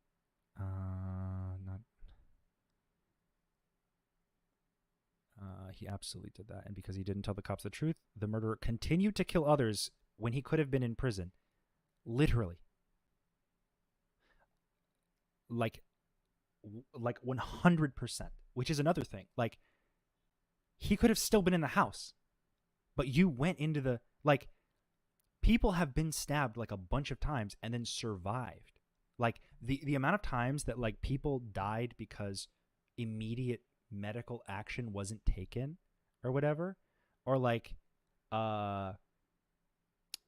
you hear stories like, I mean, I've heard some crazy stories that I could elaborate on this concept with, but like, you don't just, like, he assumed she was dead. He saw blood everywhere and left to go worry about what is going to happen to him now. Like, what part of you, when you see your girlfriend bleeding on the floor, possibly dead, are you like, I shouldn't call the police, or I shouldn't call for an ambulance at the very least? Ambulance, I found my girlfriend bleeding on the floor. She is unresponsive. Can you send someone out here to get her? I don't know. I just don't think he gave a shit about her, to be honest. Still asking. I don't think he gives a shit about anybody. I think him and Mila are both narcissists. Questions, because that's a crime. Yes, that is a crime. For sure, Failure it's still, to- and yeah. didn't report it. I'm still asking questions because that's a crime. Yes, Right? that is a crime. For sure, Failure it's still to report. bad. It's still bad. I'm And I saying- like to just go with the idea that Ashton Kutcher is a serial killer. He might be. Do you want me Might to be. just Yeah. explain it No, to no, you? no. I'll keep Okay. reading. Dear Mila, I Allegedly. pray you begin to process what you experienced as a child on that set. Oh, yeah. Can you pull the interview of him saying he made out with 14-year-old her on set? I can't. Your old interviews are very telling. I encourage everyone to watch them and decide for yourself what you hear and see. Do so before they get scrubbed from the internet. I also know what happened in Toronto and after. Question, if that's what you view as normal relationships with a big brother figure, then I feel very sad for you, and I hope you consider getting into therapy. You almost forget I was there the whole time, those 5 years of that 70s show. I remember everything. Jeez. Fuck. He's That's gonna kill her next. right. Yo, the police need to ask my some God. questions. I mean, I'm not in favor of, like, re-traumatizing people, but she has information, right? I mean, it makes sense that they go ask. Right? I mean, if we can put Christian behind bars, make sure he doesn't kill again. Then He needs to be stopped. he needs to be stopped, man. By the way, here is this interview is nuts, dude. People back then, Insane. the social norms were insane. I think about this all the time. Like, the internet has made so many, like,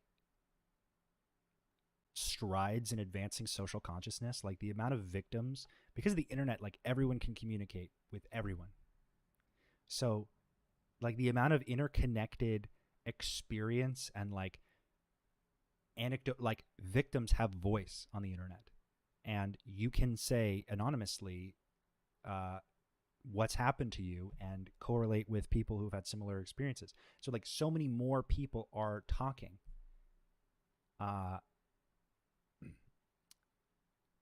Like, so many more people are sharing their experiences, the social consciousness of who is hurt and why we should have empathy for those who've been hurt and stop saying things so casually, like racial slurs or homophobic slurs or misogynistic, like overtly misogynistic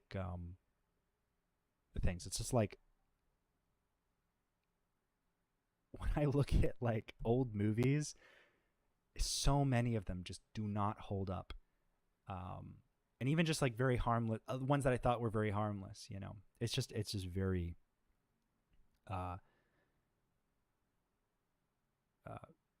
Very intense. Oh, it's pretty close to that scene in Nightcrawler where Jake Gyllenhaal plays a sociopath trying to start his news footage business. Yeah, I have seen that movie. Essentially, you're referring to it's Jake Gyllenhaal wants to become he wants to be the guy who gets all the footage. So, like, all the first footage of, like, crimes and things that are happening. So he goes a little insane trying to do this, and short of causing problems that he can then film to prove that he got the first scoop, he stumbles upon a murder before the police show up, and he films inside the house the murder and the victims, and he is present in the house immediately after the murder before the police arrive. So, and he films it, and then it's like a huge problem how he got the footage. But like, that's essentially, it is a very similar situation to that. This man went on a talk show. This is from the subreddit That's Insane, with 10,000 points. He was on the Rosie O'Donnell show, I think I read. Yeah, Rosie O'Donnell. Listen to what this guy's saying. Listen. Is when she was 14 when we started the show. I was like 19, right? Right. And they're like, okay, you guys are going to be making out in this scene. And I'm like thinking, like, wait, this is like slightly illegal, that's right? probably your first kiss ever, right? It was my first kiss. What's someone bet you made with Danny about our first kiss? No, it wasn't the first kiss. It was like a second or third kiss. It was the first. It was like the first week. No, it was not the first week. Whatever. You see this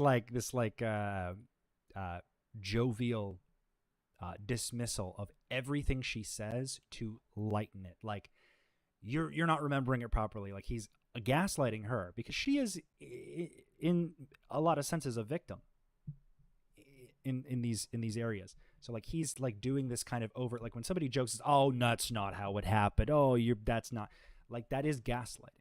This is and he's saying it and he's laughing, and people in the background you can hear also laughing. This is a sort of socially engineered response where he can like not sound like a predator while doing predation, while preying on people. I mean, this is also like a job. Whoever the fuck wrote this 14-year-old should make out with a 19-year-old, jail. You should not be in Hollywood.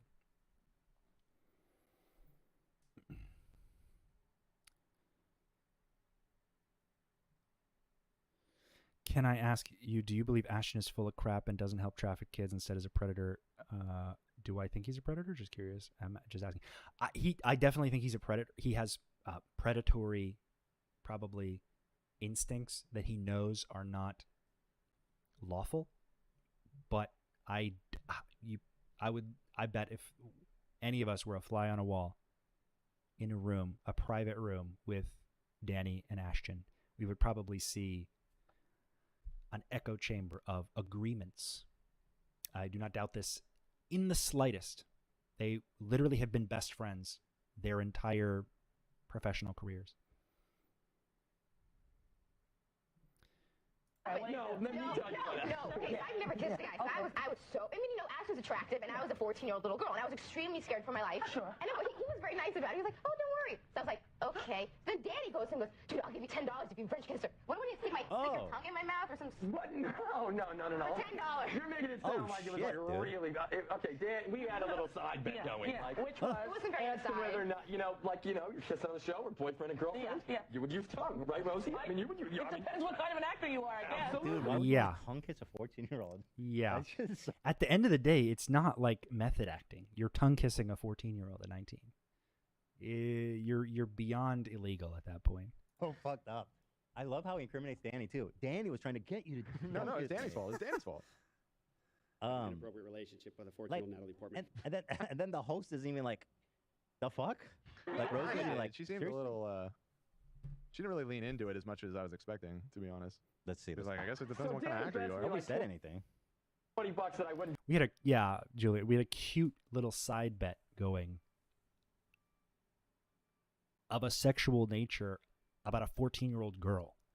So that's gonna be a tough one, but do it. And of course, I'm like, yeah, sure. What's the deal? You And know? then the cop showed up and you got arrested pretty much. They But he should never, have, he but they never didn't. did it. And I he so claims, did. he claims to this day he did that. Oh my God. So he's like, yo, dude, I fucking bagged that 14-year-old. And she's like, he didn't do it. He's like, I did do it. Bruh. I did that shit. Isn't this Good insane? I mean, Lord. what the fuck? This was on TV. They took Yeah, this what shit a on the road. what a role model Danny was for him. Honestly, that's a really good point. But man, I swear. Mila, Never. so did it. He never did it. I didn't let him. I think he tried, but I think he came out so Yeah, yeah. You did the old teeth. dude, I felt her up, bro. I gave her tongue and I felt her up for. They were constantly on that show trying to he was constantly trying to smash on that show like right away. She was 14. I do feel like I can never watch that again because if I watch that 70s show again, I mean, not only do we have 3 pieces of shit, 5, 6. Wilmer Valderrama is also a pedophile, so I was gonna say it would make it awkward to see them in a relationship in this show, but honestly, I don't see what part of that wouldn't be awkward, except for maybe the real situation of how Eric Foreman was the protagonist of the show. Topher Grace deserved better, like in every measure of the show. He did not deserve a foot in his ass. Sure, I did that shit. I did that on January 1st, 1999. I felt up a 14-year-old and French kissed her. Me, Ashton Kutcher, encouraged by Danny Masterson. Jesus. Just trying to say It's so I'm awesome. saying this while not under Yeah, the influence. also, shout out to Topher Grace. He's a real one for not platforming any of it. Influence of any substances of any I kind. say this in a clear. Here's frame my of ID. mind. My driver's license. I mean, essentially, right? Oh, fuck. Yes, Yeah, you didn't realize you did the teeth block. You were like, oh, you're like, yes, I never got his tongue. oh, no, you didn't, Ashton. Just admit it. Dad, I swear. She's 14. She did it. You stop it. Rosie's like, just please don't admit to this. You know what's funny? Rosie O'Donnell actually commented on one of my on that first TikTok that I made that blew up. She was that was weird for me, by the way. Rosie O'Donnell was like, "Wow, plot twist." I'm pretty sure that was her comment.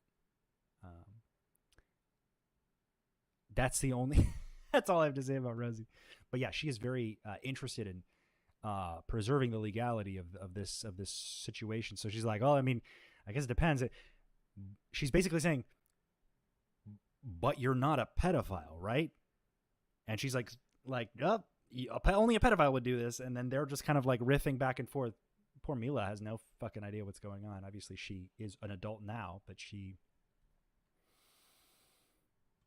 might be a little too painful to look into the old rear view and see perhaps what her influences might have been or might be,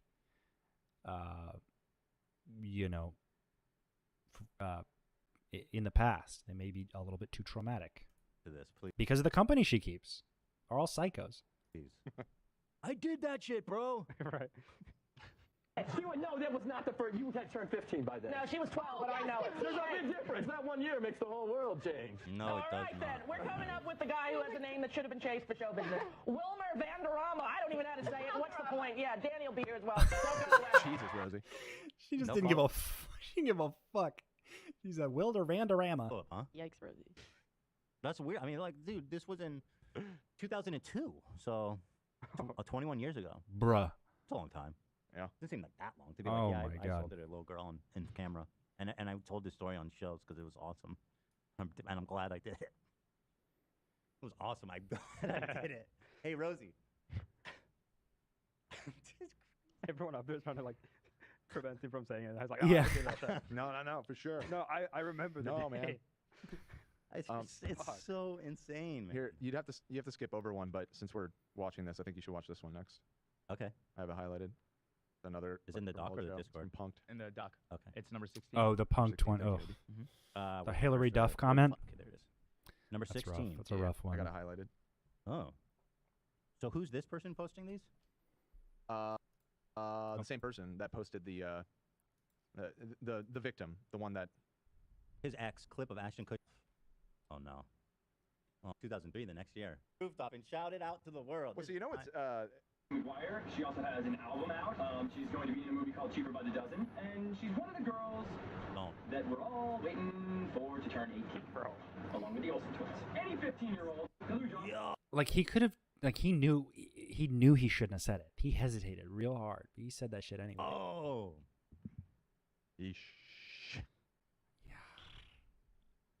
Yeah. Why wait till then, bro? You know? So yeah, what I was gonna say though is the weird thing, in lieu of all these clips of him being horny for teenagers, is he was married to a woman like 20 years older than him. Yeah. For Oh yeah, a long time. Demi Moore. About that. Yeah. So maybe he just likes that. There's an age thing he likes.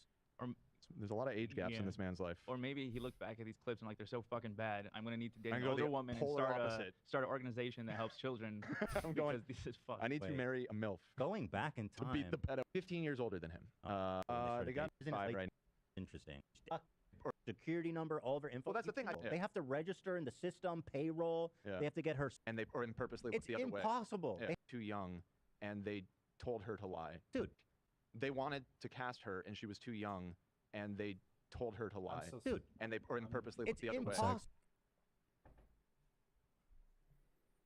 Yeah. They have to register in the system, payroll. Yeah. They have to get her social security number, all of her info. Well, that's the thing. You cannot lie about your I think age. after she was cast, they realized that she was too young, supposedly, and at that point, they were like, "Well, she's too good. We can't recast her now." That's how the story goes. That's how the story goes. But I really do wonder if they knew all along, and that was Yes. their way to like ham wave the fact. Yeah. Impossible. They didn't know her age. Come on. Apparently, at the audition, she said to them, "I'll be 18 on my birthday." That's like what she says in all of her interviews. Ooh. Which Rough. would be technically true. Yes. On a birthday, On you a will turn birthday. 18. Oh man, this is a whole interesting iceberg, huh? God, he's probably not liking this. There you go, Ashton. Uber though. Uber. He did the Uber thing. So moving on, there's more. There's even more. So here's the speculation about the blackmail. Number 15 is where we are, right? Mila Kunis, hard to swallow. I haven't already seen the letters. This one is Mila Kunis's letter. You can pause to read. 1995 to 2002. If you're under him, Like forbidden words. sleeping, but Graping. because they TikTok's were so together. wild. Yeah. The way that people skirt around saying like forbidden words. Graping? Does that really work? Yeah, you're still saying it. Together, the jury did not find. Forget I was there. You were on speaker plan. Instagram story. It's all just the same stuff. That's pretty. Because of the murder of been up for a date, but she didn't answer the door because she had already been stabbed to death by accused serial killer Michael Gargiulo. The next day, when he learned Ellerin had been murdered, he reached out to police. He said he was worried because he put his hand on the doorknob while trying to open the front door. My fingerprints are on this door, and I was freaking out. I told an officer, "Let me tell you what happened." So hold on. He went to the police before they found the body, or after? No. After, because Oh. he needed to let them know why his fingerprints were on the doorknob. So the theory is that he went to pick her up for that date and saw her dead body. He testifies that he saw what he thought were red wine stains, but people are theorizing that he saw her dead body, went inside, and then didn't want to be involved in it. So he called Danny, and Danny was like, "Just go home, let someone else find it." So like Such a that's what bad people are idea. speculating. That's like so fucking crazy. Could you imagine? Like, and also like, this is what, I mean, if that story is true, which I believe 100%, from my own personal experience, you gotta wonder, what are ethics in Scientology? I mean, I doubt anyone in Scientology would say Danny is like the pinnacle of, except for Ashton Kutcher, but he's not in Scientology. Anyone would think that Danny Masterson is like the pinnacle of perfection. But I mean, obviously they don't talk about negative things in Scientology or talk negatively about other Scientologists unless it's like they, unless it's like they're just like a source of trouble constantly, I guess. Unless it's like obvious.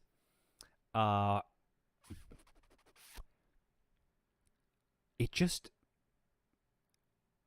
shows you what kind of coverage you can have socially to be aligned with an organization that makes you appear important or altruistic and to actually be evil.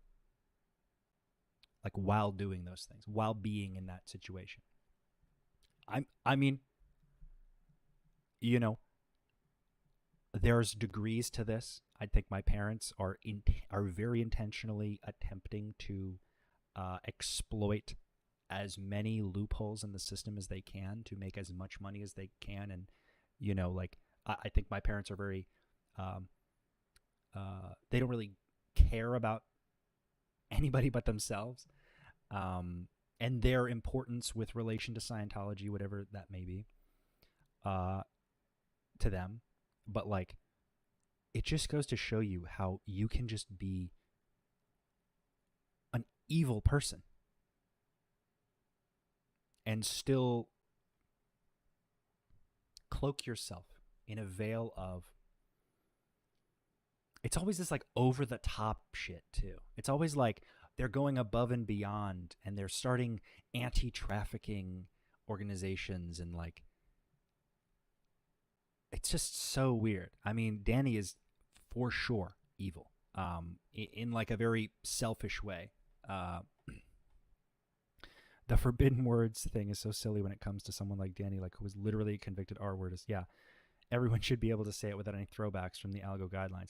Yeah, it's a triggering word, because people who have been assaulted, when they hear the word, it can trigger them. It can emotionally harm them in that moment. So like there's an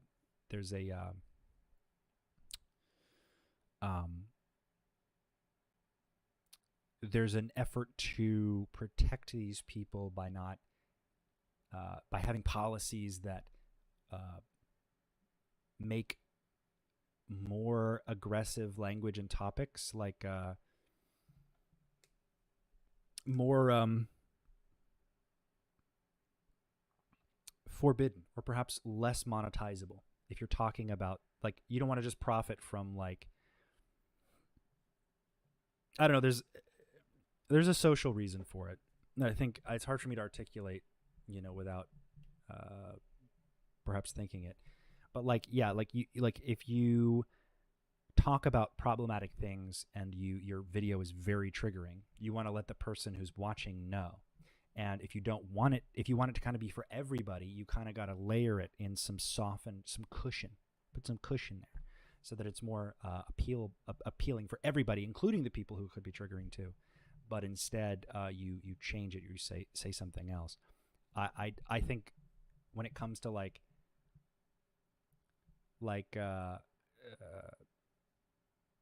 you know, people who are just, they don't want to say any of the words because they're wholly concerned with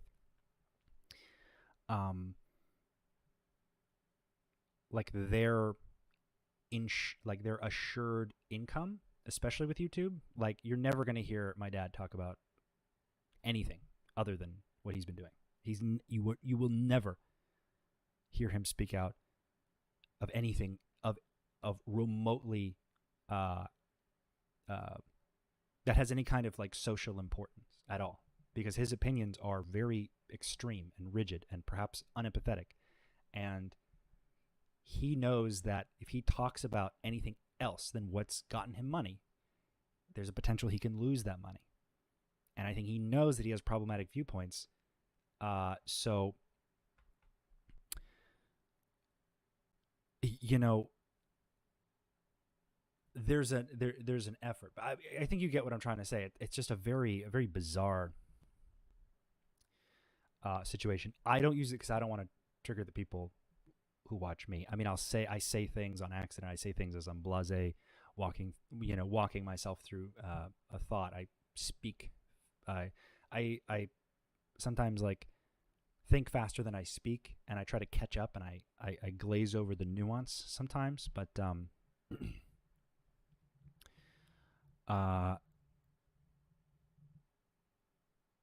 I try to accommodate. I at least accommodate everybody. You know, everyone who isn't like. It's hard for me to. You got to be pretty direct for me to think you're a piece of shit.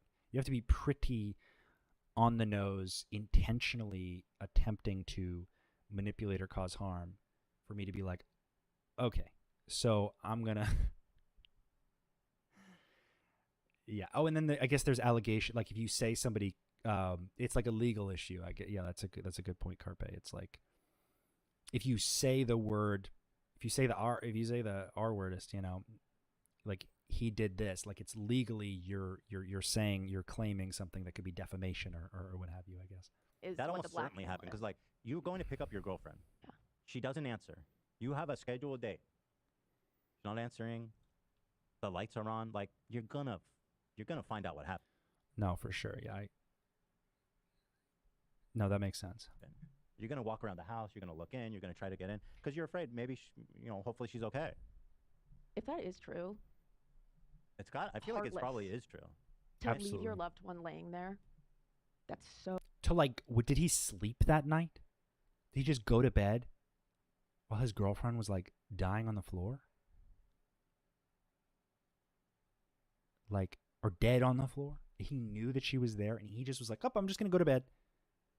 I'm just going to lay my head down, fall asleep.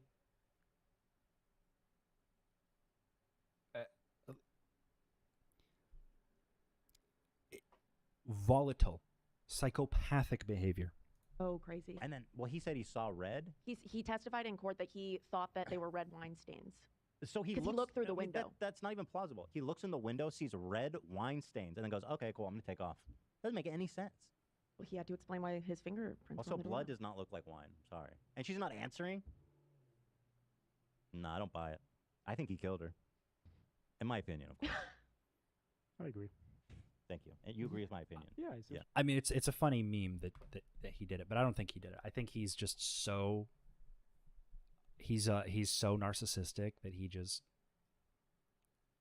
was like instantly stopped caring about her and immediately first thought what it would do to him, and for self-preservation he got the hell out of there, Yeah. It was most likely from what I've gathered. Yeah. Mm-hmm.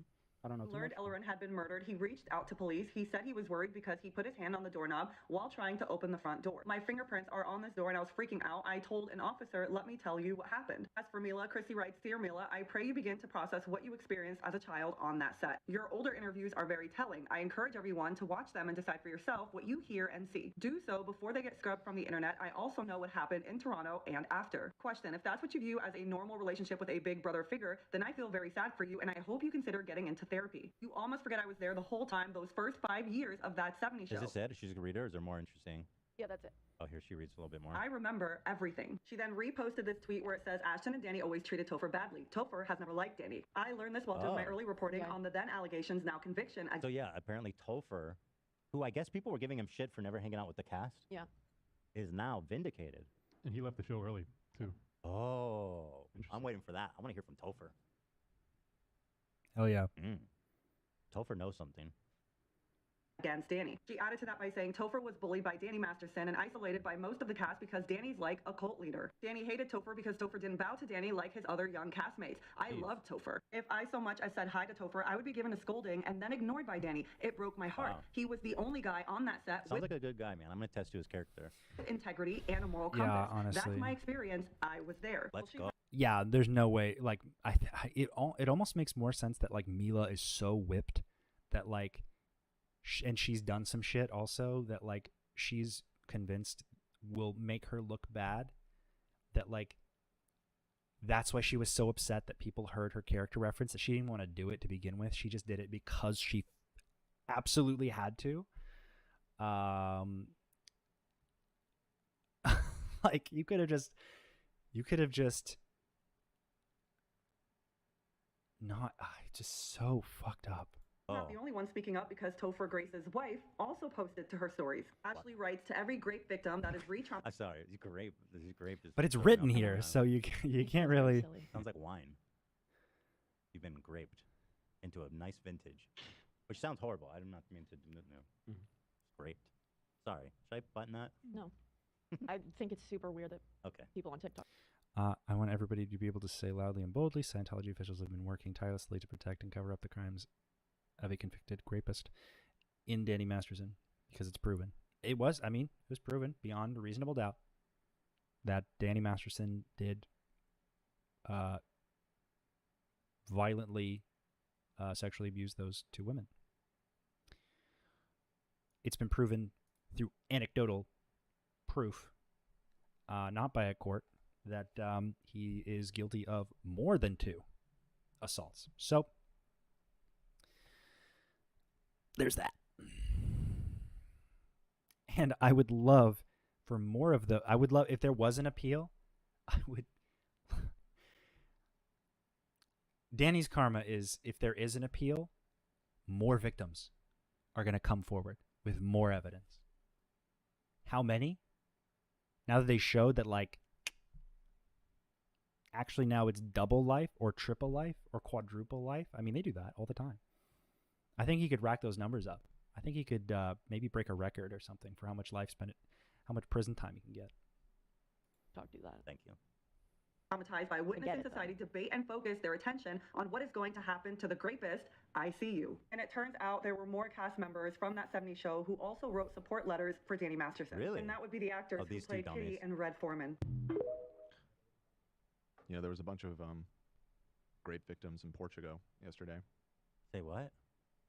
Oh, God. Oh, jeez. Mass casualty event. This is what Ashton saw when he looked in the window. Who did this? Oh, not the wine river. Portugal are raping everybody. Oh, fuck. Yo, that's actually insane. Yeah, I saw this video this 2 morning. million liters? Is this the Whitest Kids You Know Grape is Part 2? I am almost certain that, well, I mean, it's manifested itself in that way. I don't think anybody gets that image. They're not watching the clip in their head like people who've actually seen it, but like, it is essentially that. But like, you know, the advertisers are kind of like watching like what do you mean what do you mean cuff him to the radiator? Like, what do you mean by that? What a group the Whitest Kids were. R.I.P. Trevor Moore. Yeah. What a goat. Of wine? That's crazy. What? Rivers run red. That's that's what I'm saying. I mean, imagine how much work and integrity and a moral compass. We love them. And Venom. Still so that was weird your he show, Topher, by the way. They all try to act like it was their show. It wasn't their show. It was your show. Okay? Thank you. Right? I mean, he was the main character. He was the main character, yeah. I didn't really ever watch that show. Level, but I watched it instead. Because he supposedly dated Demi Lovato when... Called 29. Literally, Oh, has a he's song talking that's about- called 1729. Yeah, now they're talking about Wilmer. Well, that was a good episode. I think they're probably going to pivot probably away from that. But I'm excited. I mean, it's very weird to like consider that so many of the things that I've seen in Scientology and like from people who do things on behalf of Scientology, it's so hard to prove because they're all like they don't keep paper trails of certain things, and there is an effort to shred and delete and cover up as part of like privacy policy in Scientology. And it's so you have to really get a general consensus, which I think will end up in something similar to like RICO charges or I can't imagine how you could have David Miscavige on trial for anything. I can't imagine how he would allow himself to be on trial. But if he isn't on trial, he can be found guilty of these things. And if he leaves, if he's like on trial one day and he's supposed to be there the next day and he doesn't show up, he's fucked. Holy. So what we're seeing now, from my perspective, is the correlation of the real effects of Scientology and Scientologists when it comes to their effects and their interpersonal relationships with others, and how many problems the mindset of a Scientologist can cause. I mean, we're seeing Grant Cardone is literally being investigated by the FBI for fraud. Okay? and I'm sure Dr. Berg will be perhaps sued many times, perhaps not by the federal government, but by people who take issue with his broad claims. And obviously, he's an immensely private person. The last time he lost a lawsuit, he had it sealed in court so that no one could easily or access at all the information. But he can afford to do it. So I think the association of Scientology, the rightful association of Scientology as being a negative or dangerous group to be a part of or associated with, is becoming more prevalent and more, I think, it's permeating through that thick barrier of like, oh, I'm afraid to talk about Scientology. And people are like, well, now we have to talk about it because it's such a big part of this other conversation. He was, we found a Scientologist guilty of 2 counts of rape. So that's all I got for y'all today. Again, if you're tuning in late, you can just start at the beginning. I'll probably split this video in half so that you can see where the Dr. Berg stuff starts and ends. And I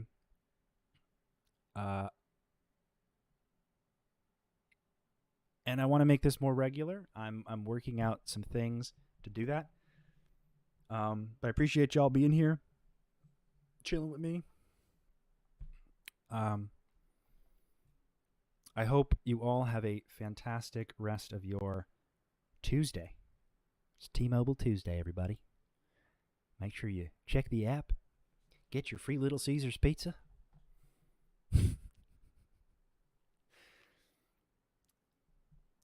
All right, y'all. Let me see.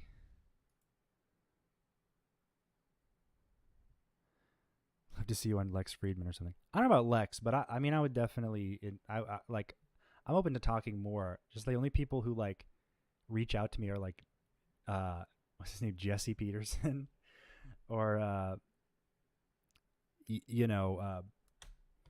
like right-wing podcasts who want to talk about Satanism or some shit. I don't know. It's very weird. One guy wanted to do a documentary about like healthcare fraud, but like that seemed a little sketchy. I get a lot of offers, but never for things that I reach out, that I want to do. But yeah, I appreciate y'all for hanging out. And I'll see you next time. Peace.